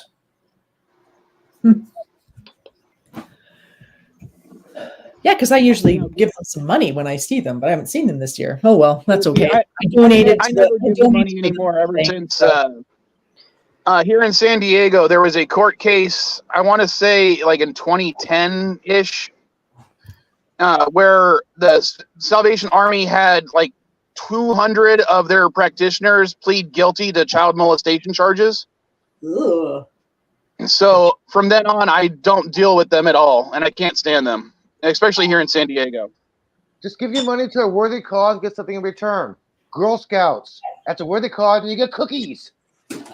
I think Girl Scout season is over right now, buddy. You can buy them online still. Oh God, you want me to go broke? It's cookies, man. It's cookies. David asks, female silver cookies. They're so gross. I can't stand those cookies. I never buy the cookies. Sorry, Girl Guides. The samosas are good. Hey, wait, hold on. David, I'm confused. I haven't heard anything about this. And how do you, unless you're doing Nova, I don't see a female Silver Surfer. Yeah, they were talking about it. Yeah, they were talking about it. Okay, here's the thing. Were they talking about it, or did somebody hear a rumor from somebody else and they decided to post it to get clicks? Because that's what journalism is now. It's fucking clicks. Yeah, like Fox. It's fucking ridiculous. It's like if I pull up Windows versus Google, I get that thing, and then it's like these sensational headlines, and I'm like, clickbait, clickbait, clickbait, clickbait, clickbait, clickbait. Because I've clicked on enough of them, and there's like literally, they put these big lines in, and then all of a sudden it's like barely a paragraph of dialogue. The source, the idea, basically, it came from somebody who is 95% accurate when it comes to Marvel inside information. So yeah, the idea of a female Silver Surfer is being floated around the ideas in the production tables, production meetings. And what are you going to call him? Her? I don't know. They had they had a business Silver Surfer in the comic books. Silver Surfette? Sorry. No, I'm talking about his actual... The first comment I saw about female, and apparently it's going to be in the comic books. It's not in the MCU or anything. The first comment was, hopefully she's wearing a sweater because seeing silver boobs might be distracting. Yeah, but Nova doesn't wear any. Yeah, but Nova doesn't wear any clothes, and she's gold. I know. I just thought that comment was funny. Also, if you notice, both Silver Surfer and Nova, one, don't look like they have certain genitalia, and last time I checked, Nova didn't have nipples. Batman had nipples. Okay, we're not talking about George Clooney. We're not talking about Batman.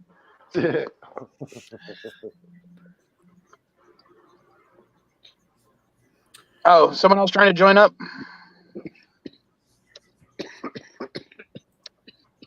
All right, everyone be quiet for a second. Hello, world. It's Birdo Prey 5.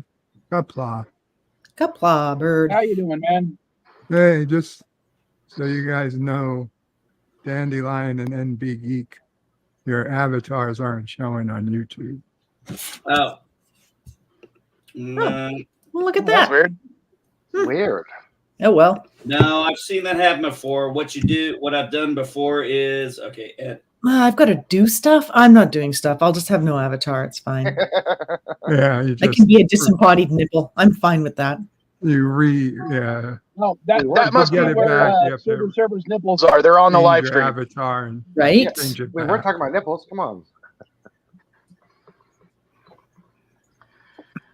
Can you Any- see But that what's avatar amazing, now? Can you see that avatar now? Oh, by the way, hi, Bob. I don't know if there's going to be any more high bobs. Yeah, Yes. I'm in the same. Nah, I think there will. I think they'll be okay. I I can see wasn't it surprised. They I was fought not. before in the past. They've argued in the past. And they made up. This is another Hey, little argument they're having. Hey, they've been through too much for this to be. A rift. Yeah, now. they've been through too much. They are comrades in arms. They'll get through it. there's no way I don't. There's no way I'm going to buy that Danny and Ed are not going to get through this together. They've been through too much. They butt heads so many times. Come on. No spoilers. I haven't seen past season 1. That's your problem, not ours. We're talking about Dan. We're talking about these guys. They butt heads all the time. You've seen this. They go on a pass and they made up. It's another little tip. That's all it is. The simple fact is they work well together, and if Gordo was alive, they'd all work great together because then they would have the full dynamic. But we know, look, you have Ed, who is the very old school type. You have Danny, who, okay, can we just say Danny is smarter than Ed?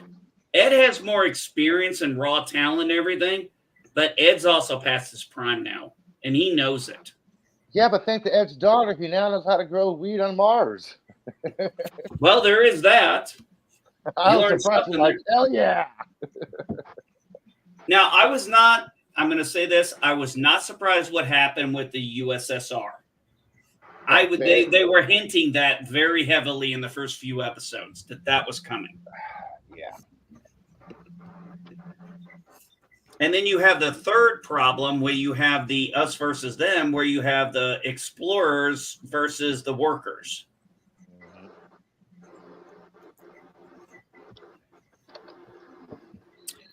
Hold on. I gotta. There's a lot this season I find hard to digest. Well, I mean, give it to the guy at first. I can't think of his name off the top of my head. The oil rigger who's up there on Mars now, and yeah, I mean, he's working side hustles. It doesn't make sense that they're able to have so much weight that they can bring in a whole bunch of contraband on a regular basis. And send it to Earth without anybody noticing. I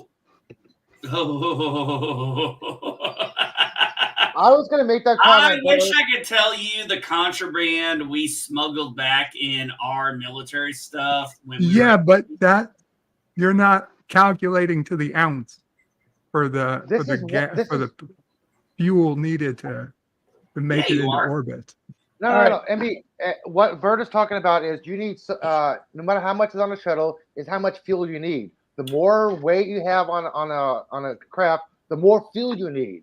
So when they calculate their stuff to Mars, they go, okay, we have this much supplies. Wait a minute, we got extra weight here. We need extra fuel. Nobody's looking into that. All right, David. Sorry. Oh shit! I realize. Shit. Hold on. I just want to say to David. Sorry about the picture being so small, but when you said female Ben Grimm, they literally did that in '82. That's what that image is from.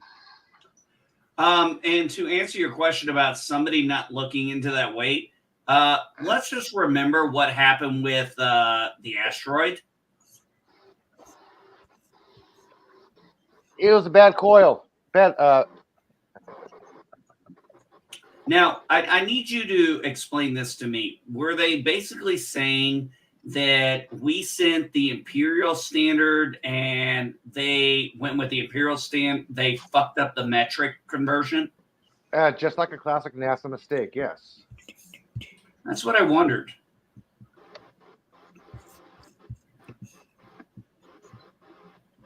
But if you notice, that was a catalyst for what probably happened with what's going on in the USSR right now.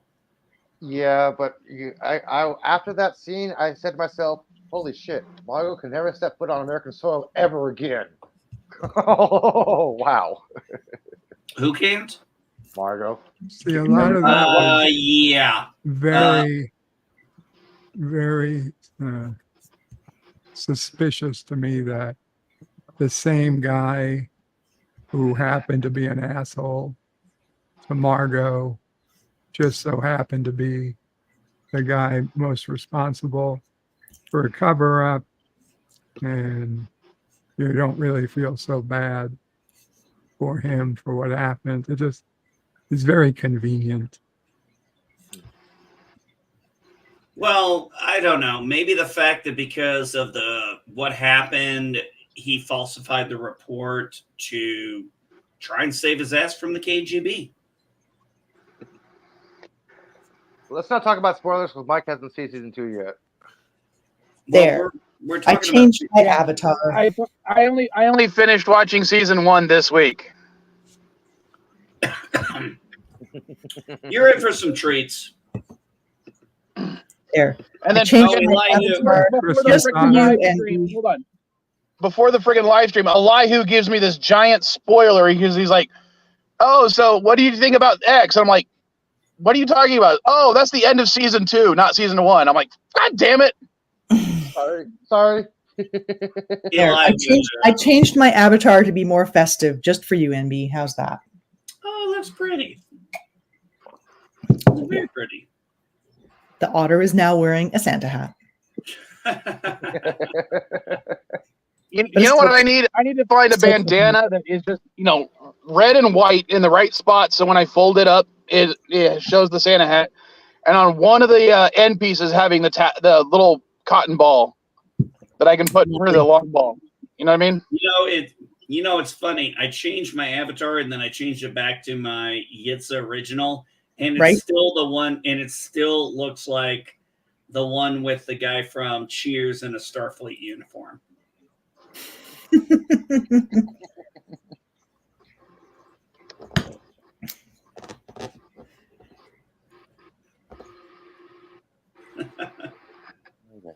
No, this show is. I really enjoy this show. Elihu, have you seen Monarch? Yes, I have. I saw the last episode last night. What a tea. What'd you think? It explains the active 90, why he's such an active 90-year-old. Like, I get it now.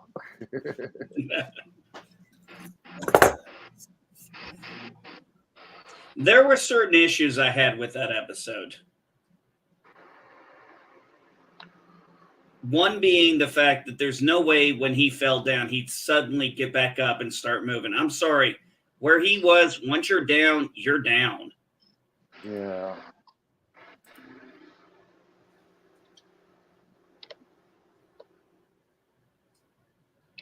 And it does explain why they round and round and round and round and round.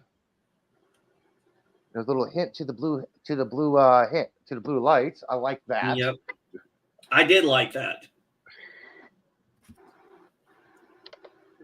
I like Kurt Russell is. I like the guy who's playing Shaw as the younger version and the older version. I think they're both pretty good. Yeah.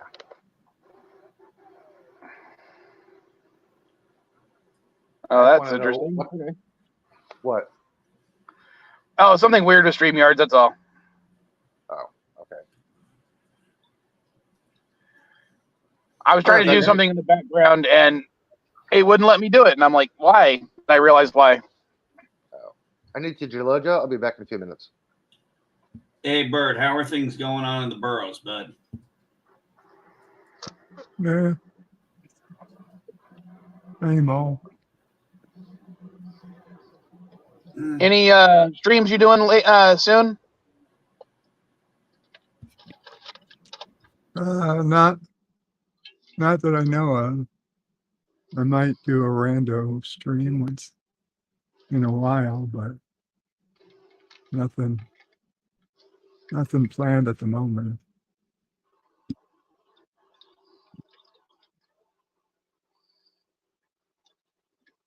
Sorry, I'm just adding a little bit more Johnny Walker to my coffee.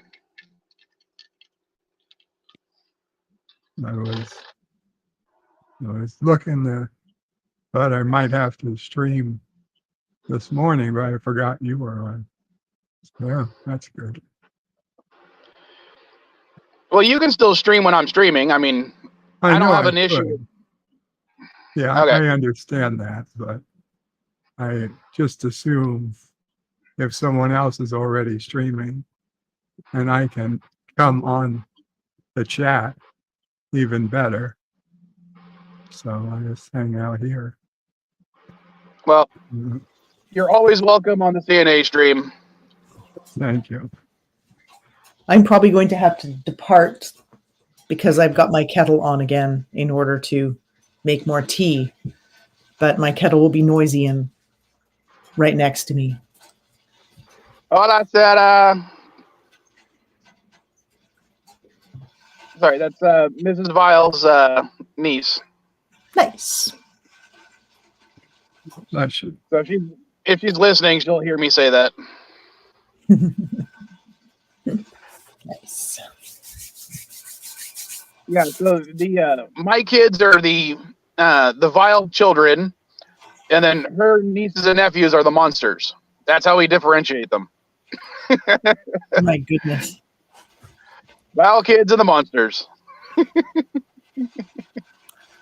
All right.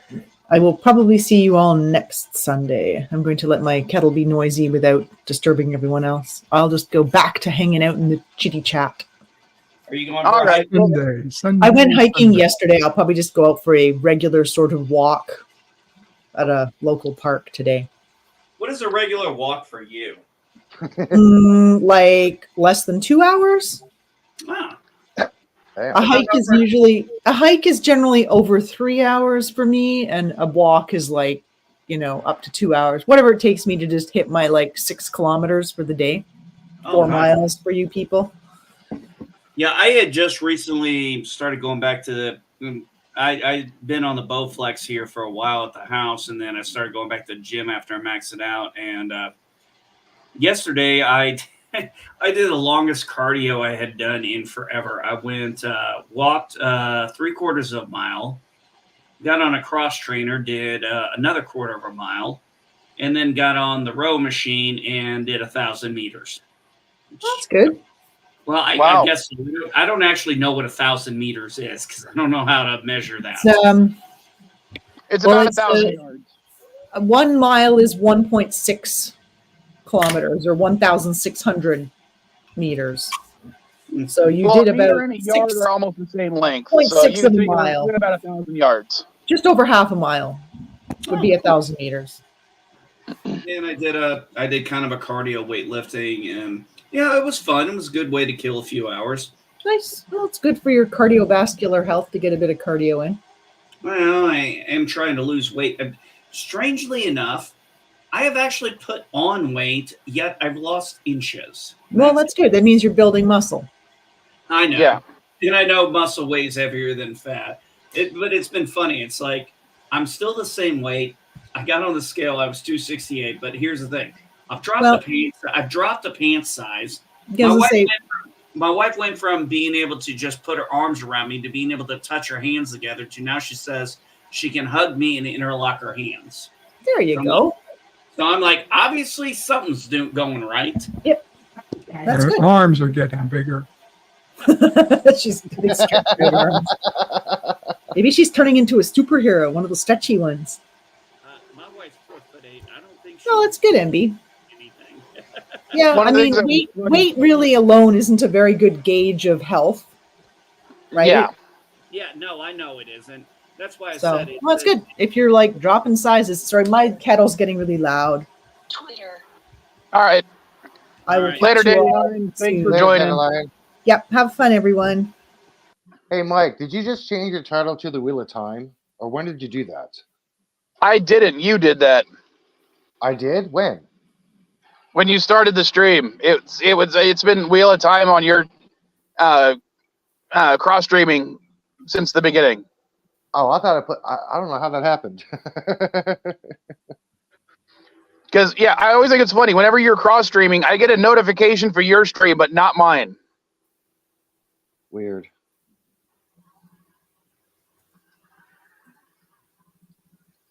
Yeah, I don't know what it is with YouTube. I won't get a notification that I went live on my own stream until 2 to 3 hours into it. Oh, good for you, David. I wish I was down to that because I'm at closer to that 303. I'm at 170. I'm at 268. But like I said, it's interesting. Like I said, I've got a lot more energy. I'm able to do a lot more things. Just haven't lost weight, but I've been losing inches. So, hey, I learned a long time ago when I was when I was actually in fit shape. You know, if you're losing inches, you can take Viagra, dude. It'll help you gain. What's that? If you're losing inches, you can take Viagra. No, because that doesn't cause you to gain inches. It just makes you stay harder longer. Psychological, man. I don't know how you psychologically gain inches when 5 inches will equal 5 inches no matter what. Yeah, what is it? 5.2 to 5.9 inches, the average size? I don't know. I do. I have no idea. I do. All I know is that according to the AMA, back like 20 years ago, the average size was 5.5 inches. Whereas if you ask people online, the average size is 9 inches. Well, NB grew up with men, so he would know. He grew up.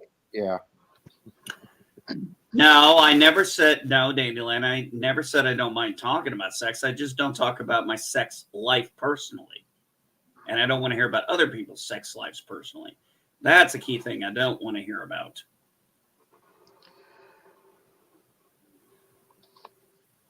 And besides, we're just talking about anatomical stuff. Yeah.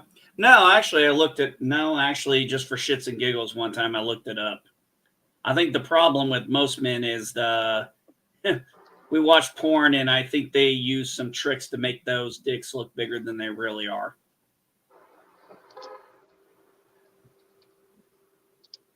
Hold on. Just my thought. I'm going to look it up. What are you going to look up? Okay. According to Medical News Today, and this is worldwide, this isn't just in the U.S., the average size is 5.1 inches when erect and 3.5 inches when flaccid. Yeah, I know. I've gone to the same website to see that. Yeah, he grew up on men. Oh, I didn't know. So I literally, I probably haven't looked this up since I was a teenager. We didn't have internet like this back then. I did. Oh, that's right. You're younger than us. I'm not even 40 yet, remember? So I looked this stuff up at the beginning, when I was, in my early teens. So you realize you're a millennial hanging out with a bunch of Gen Xers. Technically, I'm a zillennial. I'm right on the You're a zillennial. That's right. You're a zillennial. My bad. It took me a second. I had to remember. You were born before 85.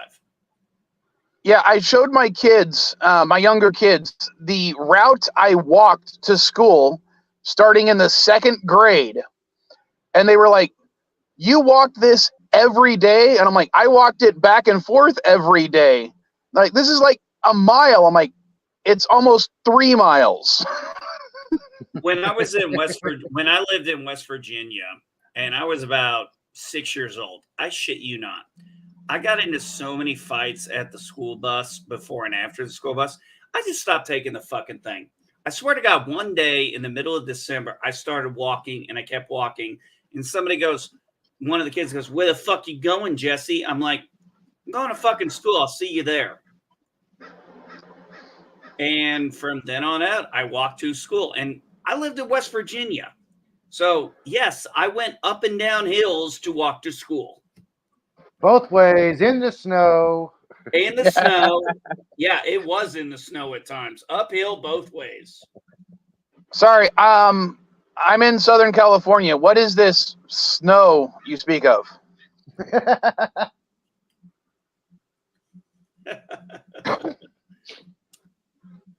Crazy. Hey, Bird, has it snowed in the boroughs yet? No, thankfully. No, it's a warm December right now up there.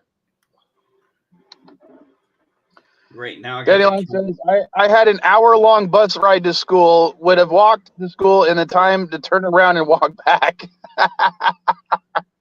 An hour bus ride to school?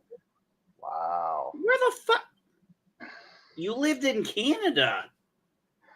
I mean, I know it's a big place, but damn, what were you? I live in the sticks of Indiana, and even I never could wait that long to get to school.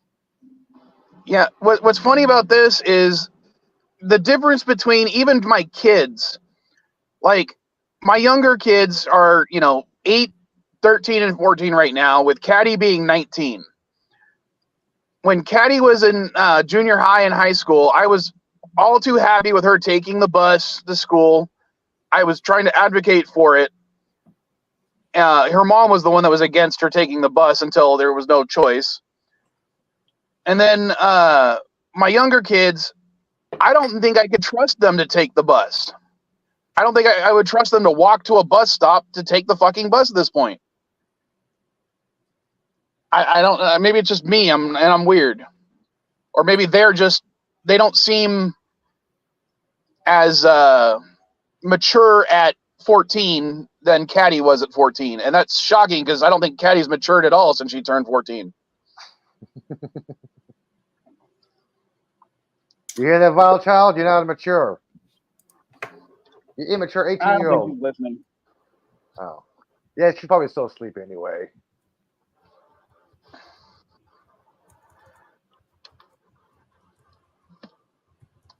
Oh, but speaking about the vile kids and like the YouTube stuff, would you guys be interested in watching a YouTube video of me and my son doing a review of Five Nights at Freddy's, Willy's Wonderland, and the Banana Splits horror movie? I've only seen 2 of those, but okay. Have you seen the trailer for Fallout?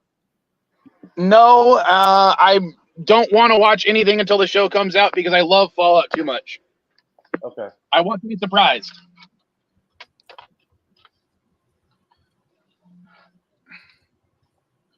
Yeah, I just. And David says that his first school was a short walk. Lucky you.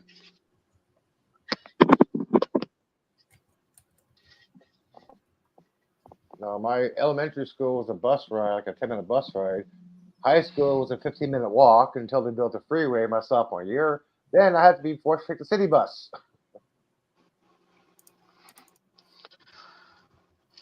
No, from second grade on, I either walked or rode my bike to school all the way up until I got my first car, and then I drove to school. I don't remember how I got to school the first time in kindergarten. I was in Germany. Then I got back to the States, went to first grade. But we were now in the new Department of Education. Thank you very much, Nixon. Fucker. I got sent because I went to Germany and I went to a school in Germany for kindergarten. I go to first grade in America and they go, oh, well, those kindergarten standards don't match with ours. So I got sent back to fucking kindergarten. Kindergarten was an option for me. And at the time, I thought it was cool because I was like, oh, cool. I get to go back to kindergarten. No problem. Yeah, until I got to high school and realized I could have already fucking been graduated by now had that shit not happened. Yeah. Although, thankfully, I ended up graduating a semester early, or I would say a semester late. Thank you, Department of Education. I have no love for the Department of Education. If I was president, that'd be the one thing I'd get rid of. I wouldn't get rid of it. I'd restructure it because no restructuring, no nothing. Dissolved, gone, done, over. I'd get rid of it. My only issue with it, NB, is I don't trust the states to do it themselves. I've seen what the states are doing. So you don't trust 50 different states to try and find the best solution. You trust DC. Sorry. I've dealt with DC's education. I saw what it did to me, saw what it did to my wife, saw what it did to my kids. That's why to be fair, hold on, NB. To be fair, that happened 60 years ago? No, it happened in 1979, the year I was born. Department of Education. The Department of Education was created. The Department of Education was created the year I was born. The year I was born. Yeah, standardized schooling and what criteria American kids needed for education. Yeah, and Basically then what it let's is. not forget the wonderful 80s and 90s that everybody's dealing with when it was you're going to college, you're going to college, you're going to college. You have to go to college. You can't just live off a high school diploma. Got to go to college. We didn't even push trade schools or apprenticeships. Oh, Yeah, college this, college that. we effed up by Hold on trying one to second. drive everybody to college. All right, hold on one second. Mrs. Vile, this is your next hour reminder that you need to be grading your paperwork for all your student stuff. Okay. And do not mind that your reminder was 34 seconds late. Yes, I at least I got it close to the 2-hour mark. That was one of the biggest mistakes we made. See, thankfully, my parents didn't try to force me to go to college because, well, one, they couldn't afford it. Two, I didn't want to go at 18. I had just done 13 and a half years in school. I didn't want to do another few years. And by the time I got to college, I was, honestly, I'm going to say this. By the time I got to college, I was 26 years old and already was working on a degree that I had already had 6-7 years experience in. And by the time, that was just my associate's degree. I just had to do electorates. When I went for my bachelor's, I was almost in my 30s and been doing the job now 10 years. So none of the shit was theoretical to me. It was all practical application. That's why I aced everything that had to do with the computer stuff, except for computer programming. That's LDG's area. Well, I would still be happy if any of my kids went to college, even if it's just a community college, because I don't want them to take any loans. Because I worked extremely hard not to take any student loans. I applied for every grant, every scholarship from my junior year in high school until my 4th year in college. I was still applying for shit. Well, and I was working 2 full-time jobs while taking care of Caddy as a baby. Well, fortunately for my 2 youngest, while I'm 80% disabled by the VA, my wife is 100% disabled. And because of that, my kids get certain college grant benefits if they want to go to college. Oh, I got Pell Grant. Oh, Pell Grant. Jesus Christ, I haven't heard that term in, Jesus Christ, Elihu, I haven't heard that term in probably a decade. I'm old. I know you're old, but I know what a Pell Grant is. I haven't heard that term I haven't heard that term advertised in forever. When I went to college, I got the Pell Grant. It was No, $500. I take it back. No, I did not get a Pell Grant. It was like $1,500. Yeah, I didn't do Pell it was Grants. $500. Well, I didn't do approximately $8,500 at the time was my tuition a year. I did mine through the tuition assistance in the military, which is why it took me 9 years to get my bachelor's degree, because there's caps and stuff. And then when my wife was deployed to Afghanistan, I really wasn't in the mood to study. Oh, I don't blame you. I mean, it took me 5 years to get my degree as well. Mostly because I was working and everything, because of working and taking care of a kid, going through what amounted to a divorce at the time. I ended up failing too many classes. That's why I had to take more for a 5th year to actually graduate. Well, I actually needed an extra half. So I actually needed an extra 4.5 years, because to do an engineering degree, it was very, very tough to do in 4 years. Even though the school called it a 4-year program, you had to catch some. There were some courses you couldn't catch in the right time, so it took an extra half a semester for me to actually graduate. But it was 4 years full time and an extra part-time semester to finish my degree. Well, if you guys want to earn some free credits and a degree, actually, This is what I am going through. I put it in a public chat.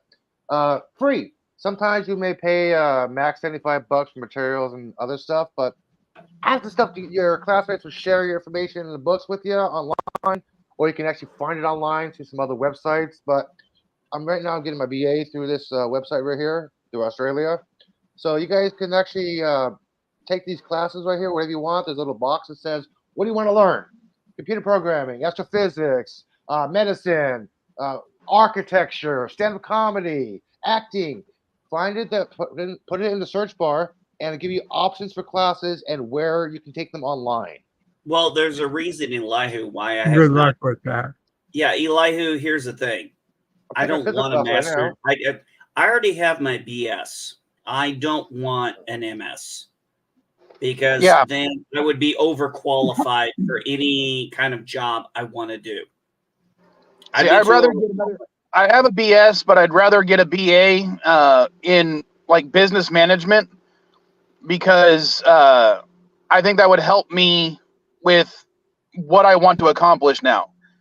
Because I don't use my degree right now at all, other than to school people on Twitter. If you want to learn how to do writing or acting or other stuff like speaking in public or other like life skills and stuff, you can actually look on here and it can even do that for you. Any kind of classes you guys want to learn. It doesn't have to be for a degree. If you want to get a brush up on something, type it in. Look it up. If I want to get a brush up on anything, I need to get back into YouTube. I need to be in a classroom and get some practical application for subnetting. God, I miss it. Dude, I do my school remotely. There's 4 of us who do remote learning. There's about 30 of us in the class, okay? Yeah, that's how I did most of my associates was mostly through night school. My bachelor's was through University of Phoenix. I'm going through Queensland, University of Queensland. Well, the reason why it took me as long as it did is when my wife went to Afghanistan, I also had orders to PCS from Tampa, Florida to South Carolina. And I still had 2 kids at the house and 1 problem child, my oldest, who I had to send to her mother's so I wouldn't get kicked out of base housing. So, yeah, schoolwork wasn't exactly high priority at that point. That's why it took me I was 4 classes away, and it took me another 2 years to get those 4 classes out. But I got my bachelor's. Oh, and I wanted to comment about what David said about community college not being a very pleasant experience. My first year in community college, one of the funniest experiences that I had was I walked into the classroom a little bit late. What I didn't realize was the teacher was also running late. So as I walked in, a bunch of people walked up to me and asked me for a copy of the syllabus. And I'm like, wait, what's going on? I don't have the syllabus yet. And they're like, well, how do you not have the syllabus yet? The class should have started like 2 minutes ago. And I'm like, because I wasn't given one yet. It's like, what do you mean you weren't getting? They thought I was the fucking teacher. I was 19 years old, and they thought I was the teacher.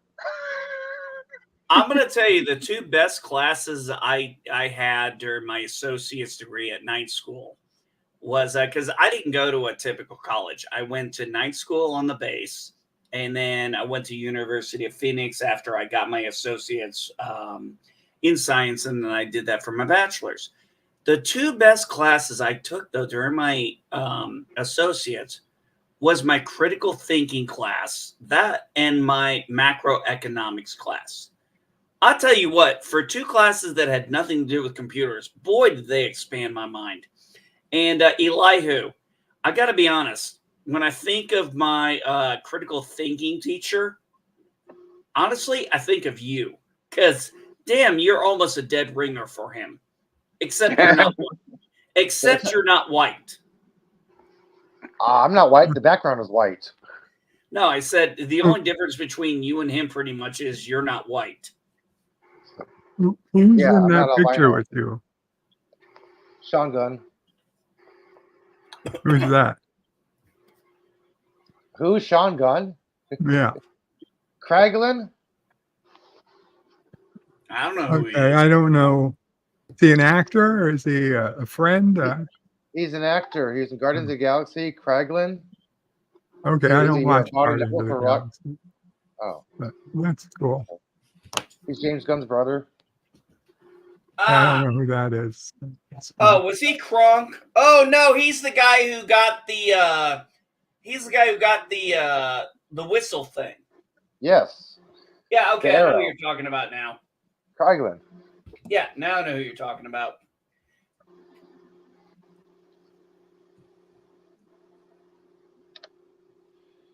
What are you sharing? Oh. Just pictures of him so they might recognize him. Okay. Yeah, the left picture. I mean, not at all. I have no idea, but that's cool. He was in the Guardians of the Galaxy movie, but I think you just said you didn't see them, Bird. Yeah, but I don't watch Guardians of the Galaxy, so other than Groot, it means nothing to me.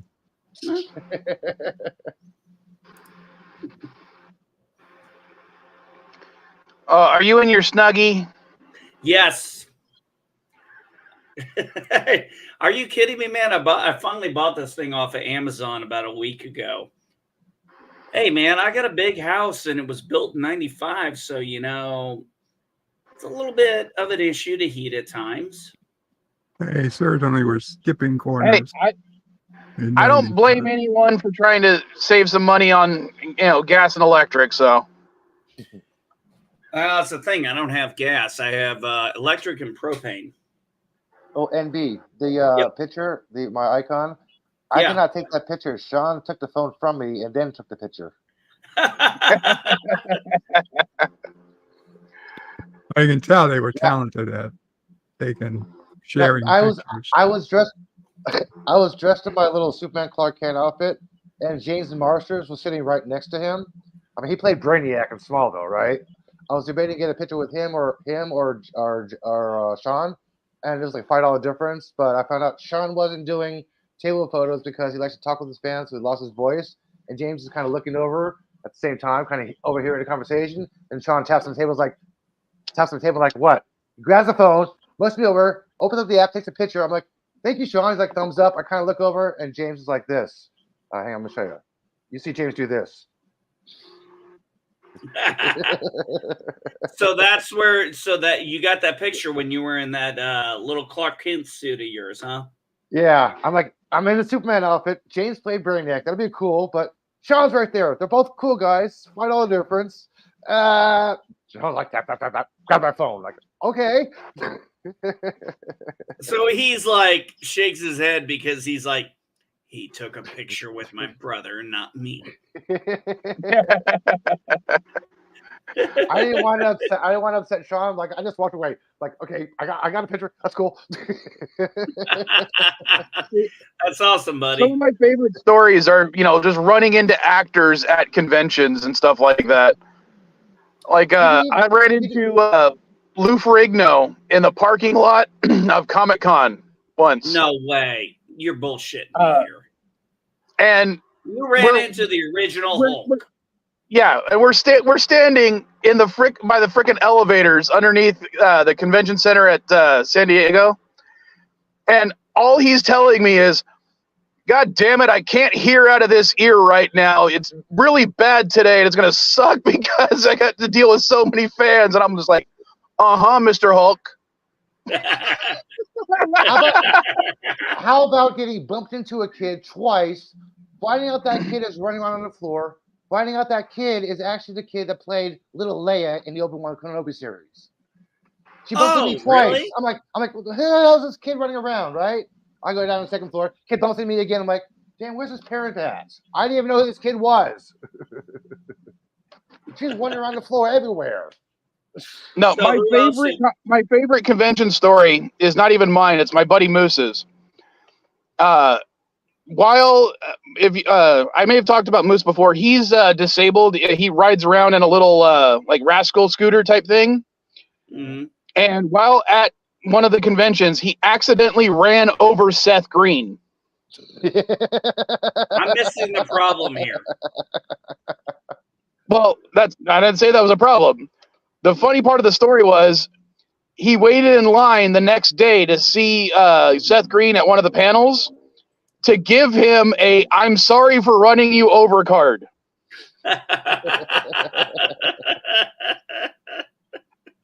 And I know the video of him giving the card is on YouTube. I have no idea if I can find it, but I'm going to see if I can find it real quick. Seth Green. Great stoner. Oh, you're one to talk. I think if there was a smoke-up contest, Elihu, I think you'd beat him. I still can't outsmoke Snoop or Martha. I don't think anybody can outsmoke Snoop. Literally, doesn't he have a guy on staff that rolls his joints? Yes, that is a fact. He does. Sometimes he will roll his own. Sometimes he'll say, "Hey, roll for me." I'm like, "Hey, he's there to roll. He's there to roll. That's his job." His job is to roll them blunts. Now I got that damn Jay and Silent Bob song stuck in my head. $15, little man. Put that shit in my hand. My hand. If you don't, then you know you owe me, oh me, oh. I love the fact in that movie they were part of a union. Hey, Elihu, believe it or not, I have a feeling that could happen at some point. I got a story about Jason Mewes. Okay. When they were doing their Super Groovy cartoon movie tour, their first stop was in San Francisco. I made a little comment online. Cool, damn it, tickets are sold out. I little shy. Wish you guys luck, right? Then I got a DM from Jason saying, "Hey, give me your name. I'll give you a couple tickets at the box office." I'm like, "Okay, thank you, no problem, right?" I'm like, "Cool, free tickets." I took my friend over there. We showed up in line, put my little ID out there, got my tickets, got in line. Found out it wasn't in the balcony. It was front row, aisle seat. I'm like, holy shit, thank you, Jason. Are you shitting me? No, front row, aisle seat. I'm like, damn, dude. I thought I was happy to get inside the theater, but I was surprised as fuck where my seat was. I'm like, damn, Jason, thank you. Was it worth it? Oh, hell yeah. It's awesome, buddy. That's when Kevin Smith announced for the very first time that he got the green light for Clerks 3. It took about 15 years to make it, but he got the green light. That was his excuse for being late. I would say that at the cons, I would say meeting Michael Stackpole was the most fun I've had. For those of you who don't know, he's a writer who wrote the X-Wing series. Oh, I know who he is. Yeah, he's the guy. Him and Alan Alston wrote the X-Wing series. I loved that series, especially Raid Squadron. Yeah. Sorry. Oh yeah, it is. In the comic for Rogue Squadron. When I found out he was there, I took my really dingy, worn-out copy of the first book that I have, and he signed it. And then I also brought my comic Union, the trade paperback that he wrote where Luke and Mara Jade get married, and he signed both of them. And then I spent 30 minutes talking his fucking ear off. I enjoyed the Henry Winkler panel and the Flash panel. Now, was that the Henry Winkler panel that where he said the whole thing about why Fonzie never combed his hair? Yeah. Yeah, I love that, man. Thank you for sending it. Thank you for sending that to me. That was just, why didn't Fonzie ever do his hair? It's like, it's perfect. It's already combed. It's perfect. Hey. It's perfect. Hey. I was just like, oh, that is so cool to hear. Thought you might have liked that little clip, man. Oh, yeah, that was great, man. I love that clip. Guys, we got trouble coming. Hello. Surprise. You're awake. Wildcatty, how have you been? Doing pretty well right now. I got cheese. We totally weren't talking about you earlier. Don't rewatch the stream.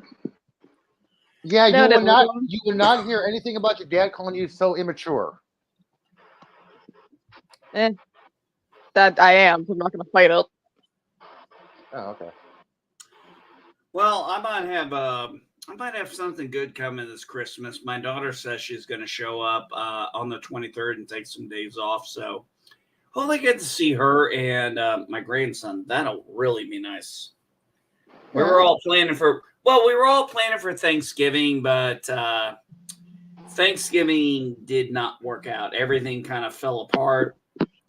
Shit happens. And Christmas,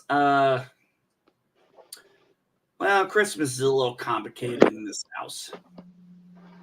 Not in my house, but with her family. You got one family that doesn't do the secular, they do the very Christian religious. You got another part of the family that is Jewish and hates everything to do with the Christian Christmas because they consider it pagan. And then you got us who do both secular and Christian. So it's kind of like, yeah, we just don't hang out that time of the year. I don't know if it's because I was raised partially between a Christian household and atheism. Well, remember, Christmas is generally Grandma's just like Grandma's family was very Christian, and we always hung out with them. But you got me. Yeah. Again, I was raised between vaguely Christian at my mother's house and atheist with my dad. So my view of Christmas is family. Well, it used to be for me back growing up, the way I did, bouncing around. That was how Christmas was. We bounced around houses and hung out with each other, and that was fine. Thanksgiving, on the other hand, was the boy, that's a holiday I hate. If I could take a holiday off the calendar, that would be the one I'd take off. I hate Thanksgiving. You would kill Thanksgiving? Oh, I hate Thanksgiving. Hate Wow. it. Hate it. Hate it my whole life. I've hated Thanksgiving because almost every Thanksgiving I ever had when I'm around family is a goddamn nightmare. Mm-hmm. Somebody always got into a fight about something. Somebody brought up religion. Somebody brought up politics. Somebody brought up something. My grandmother inserted her dominance and fucking A. I understand what you're saying. I really do. But my entire childhood into young adulthood, every Christmas, every Thanksgiving, every family birthday, every Sunday dinner, we loved it. We all looked forward to it. Every 4th of July. I mean, yeah, there would be arguments. I mean, we're Italian. We like to argue. But we all we loved every single one. Well, I could never understand how people hated holidays. As an adult, I kind of get it now. Look, I just don't like being around family on this day when everybody gets together because it's always been that Thanksgiving has always been drama. At least with Christmas and all the other holidays or the Hallmark holidays, I can bounce around and not worry about it. But when the family got together on Thanksgiving, I literally would start. When I was in my teen years, I dreaded it. When I got to my adult years, I started to hate the holiday. And as kids, we used to all talk about how we never wanted these to stop. We always wanted to, as we grew up and we would have our families of our own, how could we make sure we could continue to have the same Christmases and Thanksgivings we always had? See, I'm in a different boat with that because I have told my family I'm trying to break the cycle because my cycle during that holiday was bad. And that's not the only cycle, but I had a lot of bad things happen in my life that I'm trying to desperately not bring to my family that I have. And Thanksgiving is just one of those holidays where it's like, I don't know if maybe I'm too old. Maybe I can't change in this one. But I'm so uncomfortable around family during Thanksgiving. It just drives me nuts. Because I'm like, I'll go on edge. Because I'm like, I'm just waiting for a shoe to drop. Sorry to hear that. Hi, Mama Pray. She's talking to her cousin. I know. I heard her in the background a little bit. I just wanted to say hi. No, thank you. Hey, got an official quote from Kevin Feige about Iron Man.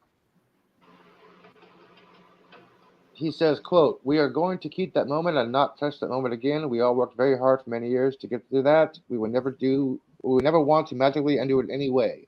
He is not going to resurrect Iron Man." Thank God. That's an official quote from Feige, okay? Not a rumor.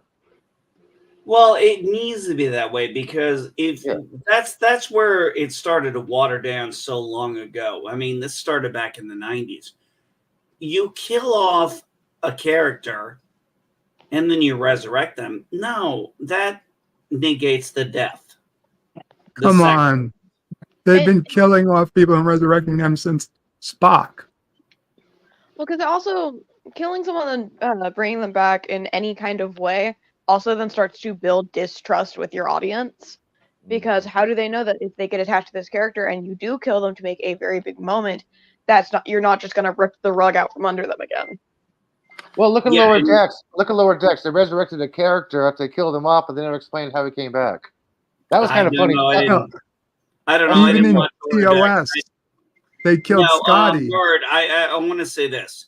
The thing with Spock's death and then his resurrection at the end of Star Trek III, The Search for Spock, was the whole movie was based around that Spock could be resurrected. It wasn't a cheap shot. You know, it's like when he walks up to Kirk and he goes, "Jim, your name is Jim." You know, I'll grant you it was done fantastically, but it was still done.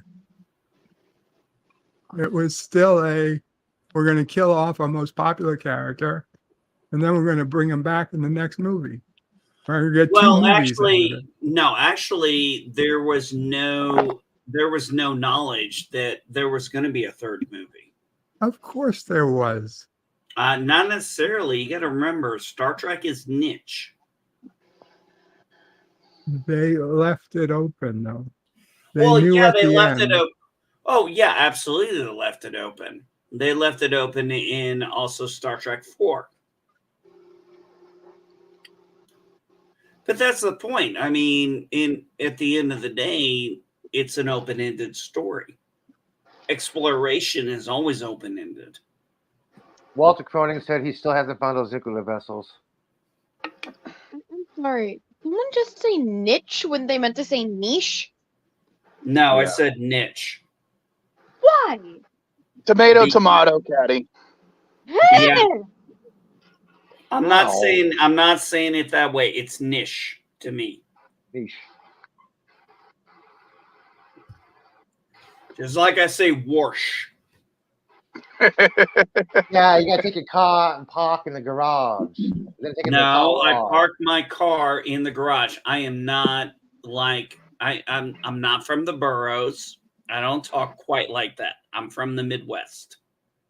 Somewhat. If there's one way to scare me away from something, it's just continuously mispronounce words. Okay. I'll give you a few. No, and the reason I have a history of mispronouncing words, like really. I refer to Missouri as Missouri. It's Missouri. Oh, it's also Missouri as well. I don't refer to it as Maryland. I refer to it as Maryland. That one's technically correct if you're from there. From what about a southern state? Do you call it Arkansas or Arkansas? Arkansas. It's Arkansas, man. Come on. There are certain ones I'm fine with because they're funny. It's not There's- Arkansas, it's there's- Arkansas. My Kansas or Arkansas? Either one works for them, I guess. I'm sorry. I prefer his and her Kansas. Them Kansas. Okay, well, They here's Kansas. a question. They Here's a Kansas. question. Is it New York or New York? It's the yuck. No, I'm asking the New Yorker. Yeah, it's New Yuck. It's New York. It's New York. New York. That's the Queens in yuck. Talk with the Brooklyn. Come on. Why would you want to I don't talk think with there's any difference between Brooklyn and Queens. I feel like I've been shoved into purgatory. Brooklyn actually emphasizes the consonants. Queens don't. You live in California and you're going to tell the people in the boroughs how their accents work? Yeah. Only a Californian tells a New Yorker how to be.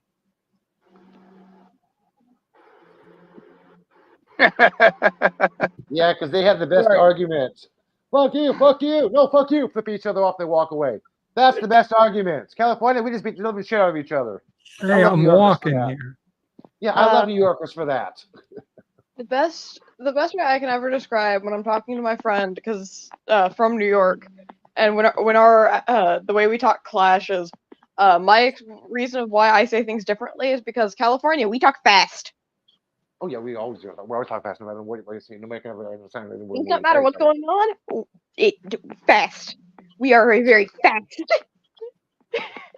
I wouldn't What's say up, you're What am I fast. gonna- what am I I'd say gonna- you're rolling. I wouldn't say you're fast. My 7 years living there, you're not fast. You're just all impatient as fuck. All right, sorry. I'm trying to show. I'll see if I can do solo real quick. Hold on. Well, you know, we were able to see the kid in the video until you put your fucking hand in front of it. Hold on. God dang it. Hold on. Cinnabon. You Also- sleep good, Caddy? I mean, as well as I can. All right, I was talking to Moose, my buddy, and he didn't have the video of when he gave the card to Seth Green, but that's a picture of it. God dang it. See if I can get it without the sun in the way. You can So, see it yeah, that pretty was good. part of it.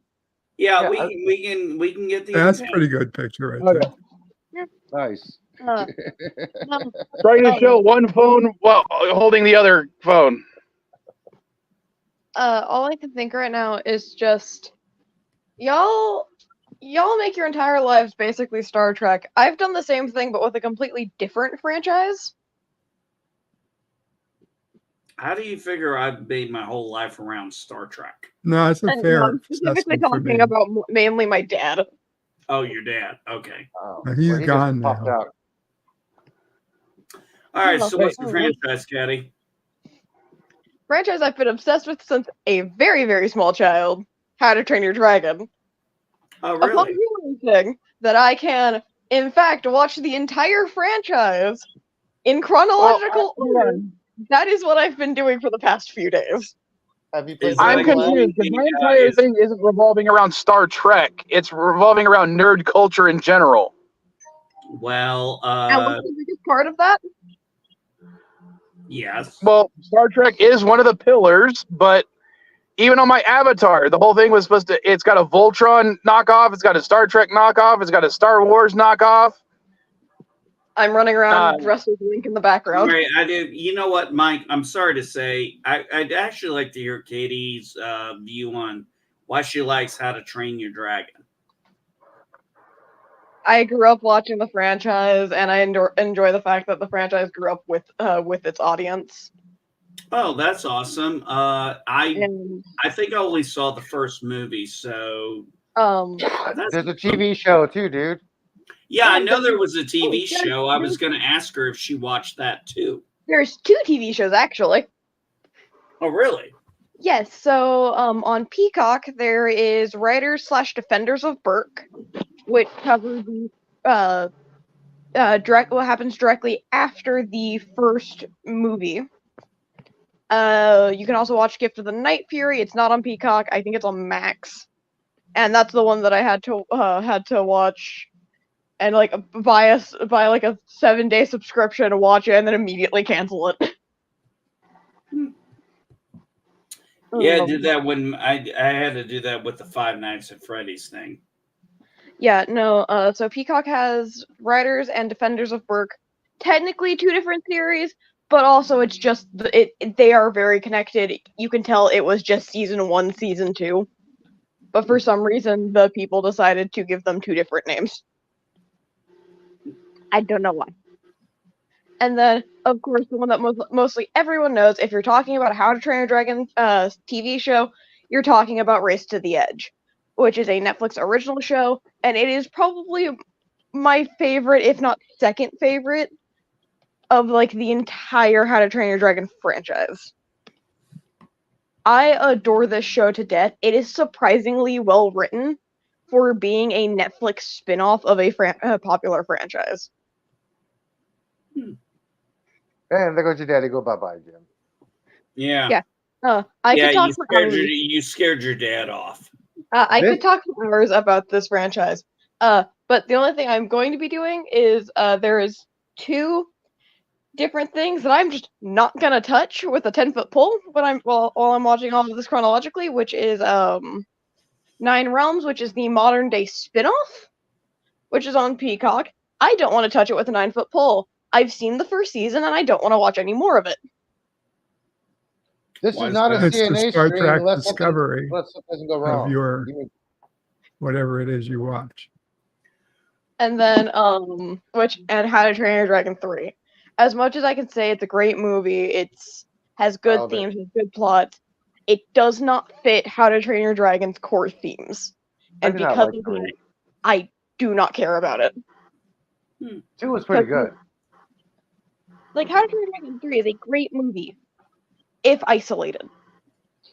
But in the, like, idea of the franchise, it doesn't fit. You know, that's a funny thing you say, Ketty. I've seen sometimes where I've been like, you know what?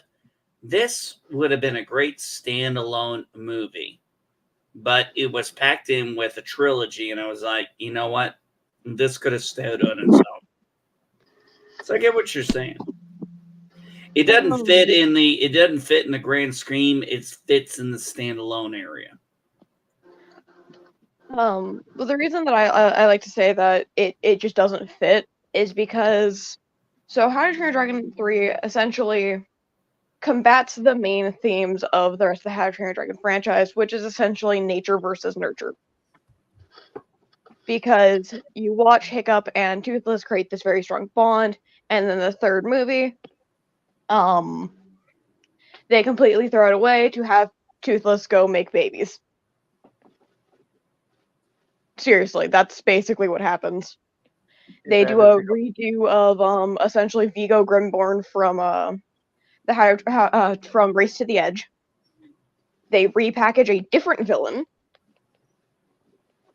It was one of those movies that I was like, okay, this is a great movie by itself, but it goes completely against the themes. There's a repackaged villain to me.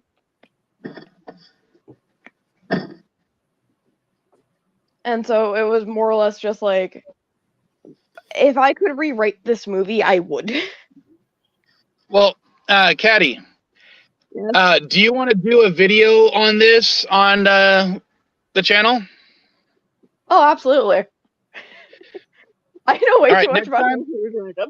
Next time I'm in your area, we'll do something like that, okay? Cool. Yeah, welcome to chatting way too much about How to Train Your Dragon. We'll work on a script first, because I have ideas of how I want to continue the review stuff. I think I mentioned to you, but yes, I know. With the current laptop, it'll be a big pain in the ass to get done. So we'll see what happens. I'm still. I'm hoping to start doing reviews again at the first of the year, because I've got like 3 scripts already written. Yeah, I have several clips that I'm slowly piecing together from all of our reviews to release just valuable reviews out of context. Yeah. Inevitably, when that ever is done, I'll send it your way and you can post it. That could work.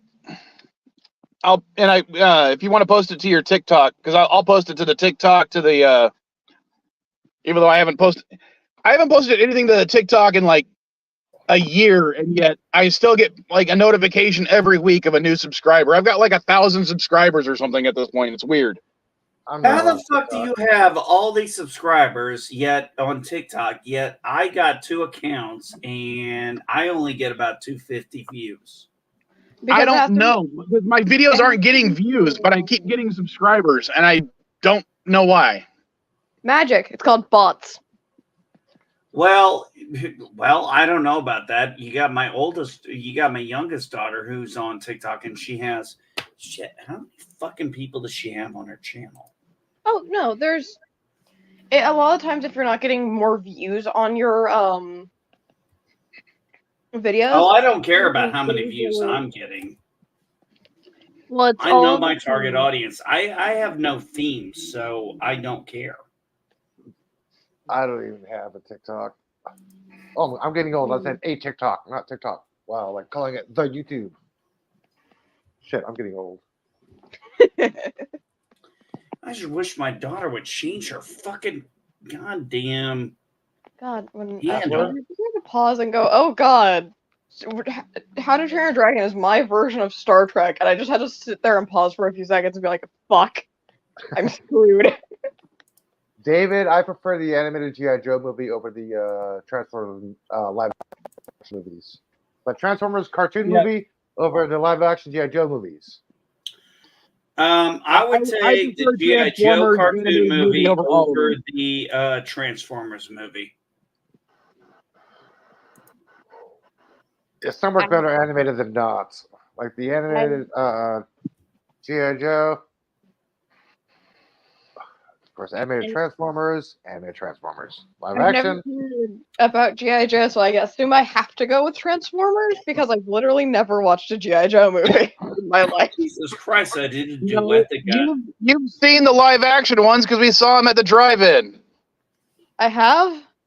Yes. I've never been to a drive-in. Transformers, because I prefer the franchise.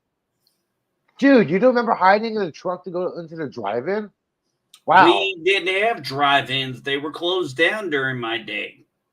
Anybody our age who never been in the back of a trunk to go to a drive-in had a pitiful, sad life.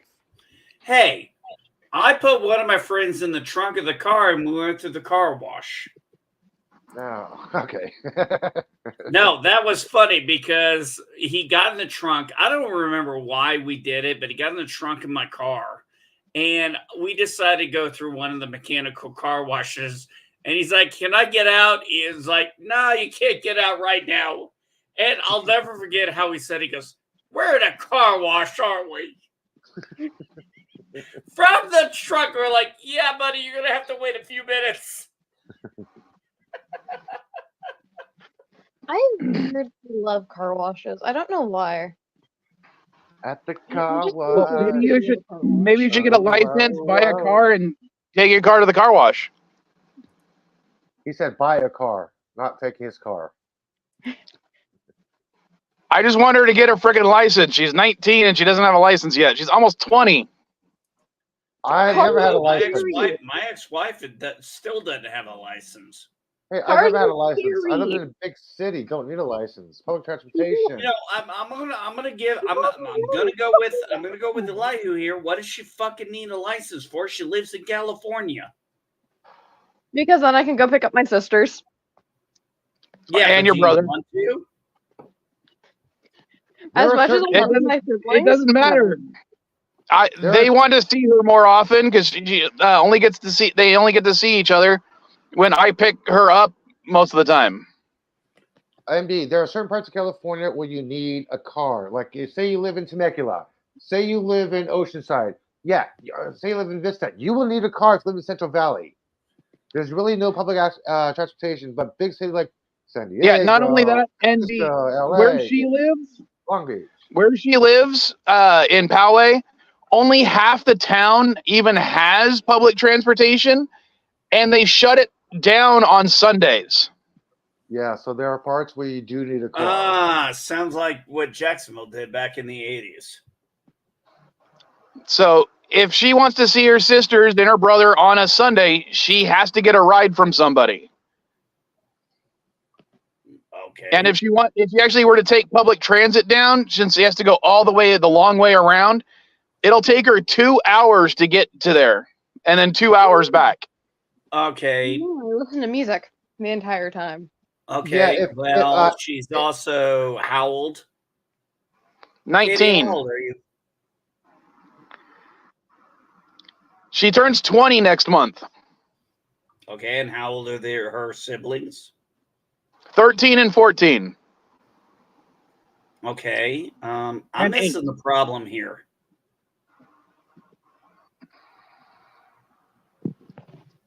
You gotta understand, I have a 22-year-old daughter who is like freaking out because her brother and sister don't really talk to her. And it's like, I told her, it's like, look, what you did back then was going to have consequences, and they were going to grow up and they were going to move on. Now, I'm not saying the same thing, but Caddy is 19 years old, and you're telling me the closest sibling is 6 years younger. That's going to cause, that's a whole different level. Yeah, I also want to point out the fact that I didn't know they existed till like 2 years ago. 4 years ago. 4 years ago. Fuck. Yeah, wait a minute, Mike. Whoa, Mike. Are you telling me she didn't know she had siblings? Okay, first of all, you have to understand that only one of these is her biological sibling. Yep. Half or full? Half. Okay. And I don't know if I told this story before, but basically, I had another daughter from a one-night stand nearly 14 years ago.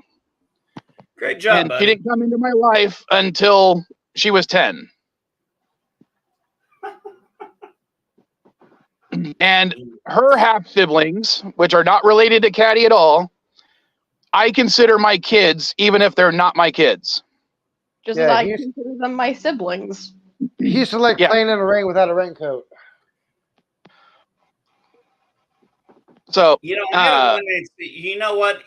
That's hilarious. You had a one-night stand. My daughter had a one-night stand, and well, guess what? She has a kid now too. Maybe what's really cute, Caddy? What? Caddy, you want to know something that's really cute? What? As I was dropping off Cameron and Jacob last night, because they went and helped me do laundry, and we watched the Banana Splits movie. Okay. When I was dropping them off, Jacob goes, "Bye, Mike, love you," and it was right in front of me and Aubrey, and it was just so. We were like, "Oh, it was so cute." He said he loved you, and because like Addie never says that, Cameron rarely says that, and it was just really funny how he goes. It was like because he never does it either, and it was just really, it made our hearts explode. And what's funny is I am more likely to have Cameron or Addie call them my sister over like them calling you dad.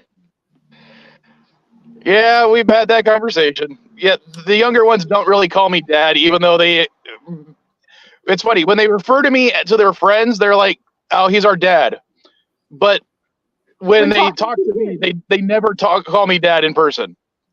We had an interesting situation when my oldest daughter from my first marriage was about 7 when I got married to Madam Yig. And she walked up to her and goes, "Do I call you mom now?" And she goes, "Well, you can call me mom if you want to." And she did call her mom for quite a while until her bio mom poisoned her mind with that, and then she started calling her by her first name again. We didn't make a big deal about it, but that happened for years. And then at some point she finally got her head out of her ass, my daughter, realized her mom was a piece of shit, and has for years since never referred to her, my wife, her stepmother, by her first name. She's always called her mom. Because she's been more of a mom to her than her bio mom has ever been. So crazy how that shit works out. My dad's girlfriend has a other name that I call her because, purely on the fact that it's a pun. And both of my dad are nerds. Well, I'll say it because her name is in the chat when she's here. Her name is Marisol. We call her Mari. So, the kids refer to her as her. So tell them what you refer to her as. She is my step Mari. Now we're talking Mari from the talk show, right? We're talking about Mari as in Mrs. Vile. Why is the Mari thing then? Because I'm thinking of Mari. Her name is Marisol. Her name is Marisol. Oh, sorry. I think Mari. I think of the talk show back in the day. That's Maury, not Mari. That'd be Maury. That's what I said, Mari. Hey, Mari. Yeah, I said Mari. No, Maury, Muary, is the talk show host. Mari is Mari. You spelled. I'm fairly sure that was still spelled wrong. Murry. I believe. I thought his name was Maury, Muary. Someone look it up for us.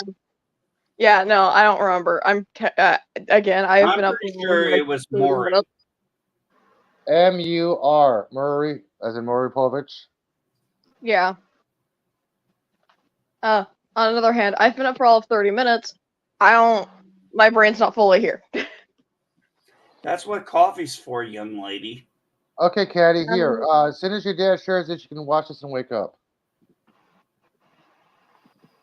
If you give me like 5 minutes, I can go grab a fucking energy drink, mainly for the fact that I don't have any coffee mix in the house right now. Well, I'm going to be ending the stream in about 5 minutes, so perfect. It's up to you. Yeah, I was about to say we're hitting the 3-hour mark here. Can you share my screen? I don't know if I can. There we go. You're the host. What the hell is this? A Mountie? Horse. The fuck? Horse. Santa Michael Myers. I don't know. I don't see Michael Myers being able to get on a horse. Outside of Vegas. Well, maybe that's why he doesn't talk, because he has a little horse. Okay, I'm going now. Goodbye. Bye.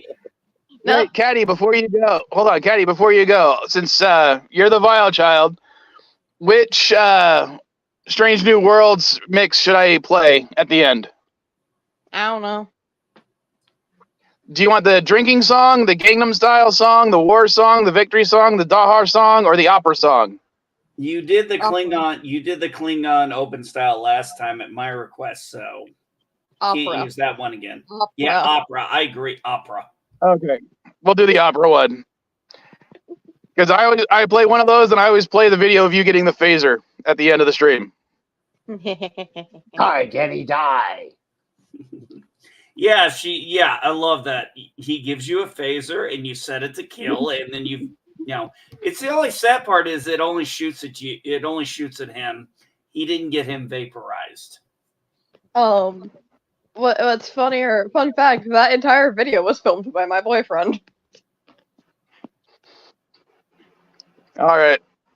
Have a good day, sweetheart. I'll talk to you later. Call your sisters. No. I will not have a good day. Probably gonna go back to sleep, so. You know that bird is still away. Well, that's Bird's. Yeah, I see it. Where's Bird away at?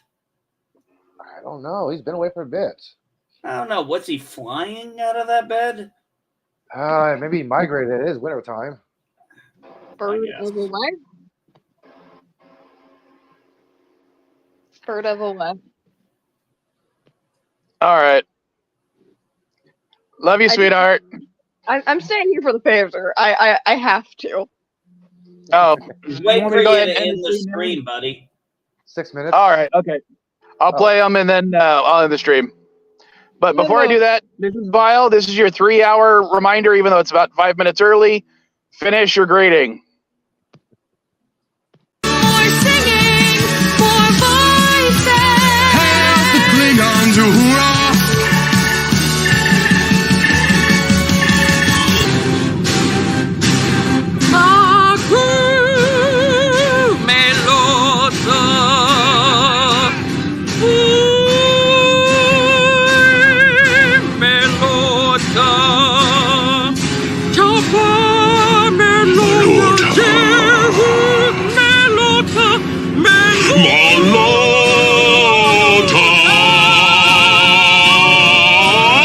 What is that dreadful noise?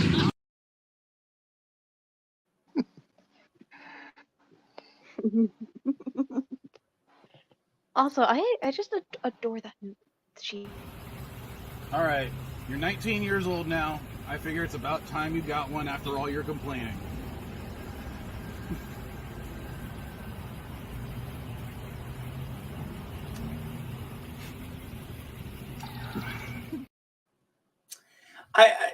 I'm gonna be honest. I do love the fact that her first intention was to set it to kill and shoot you. Very interesting.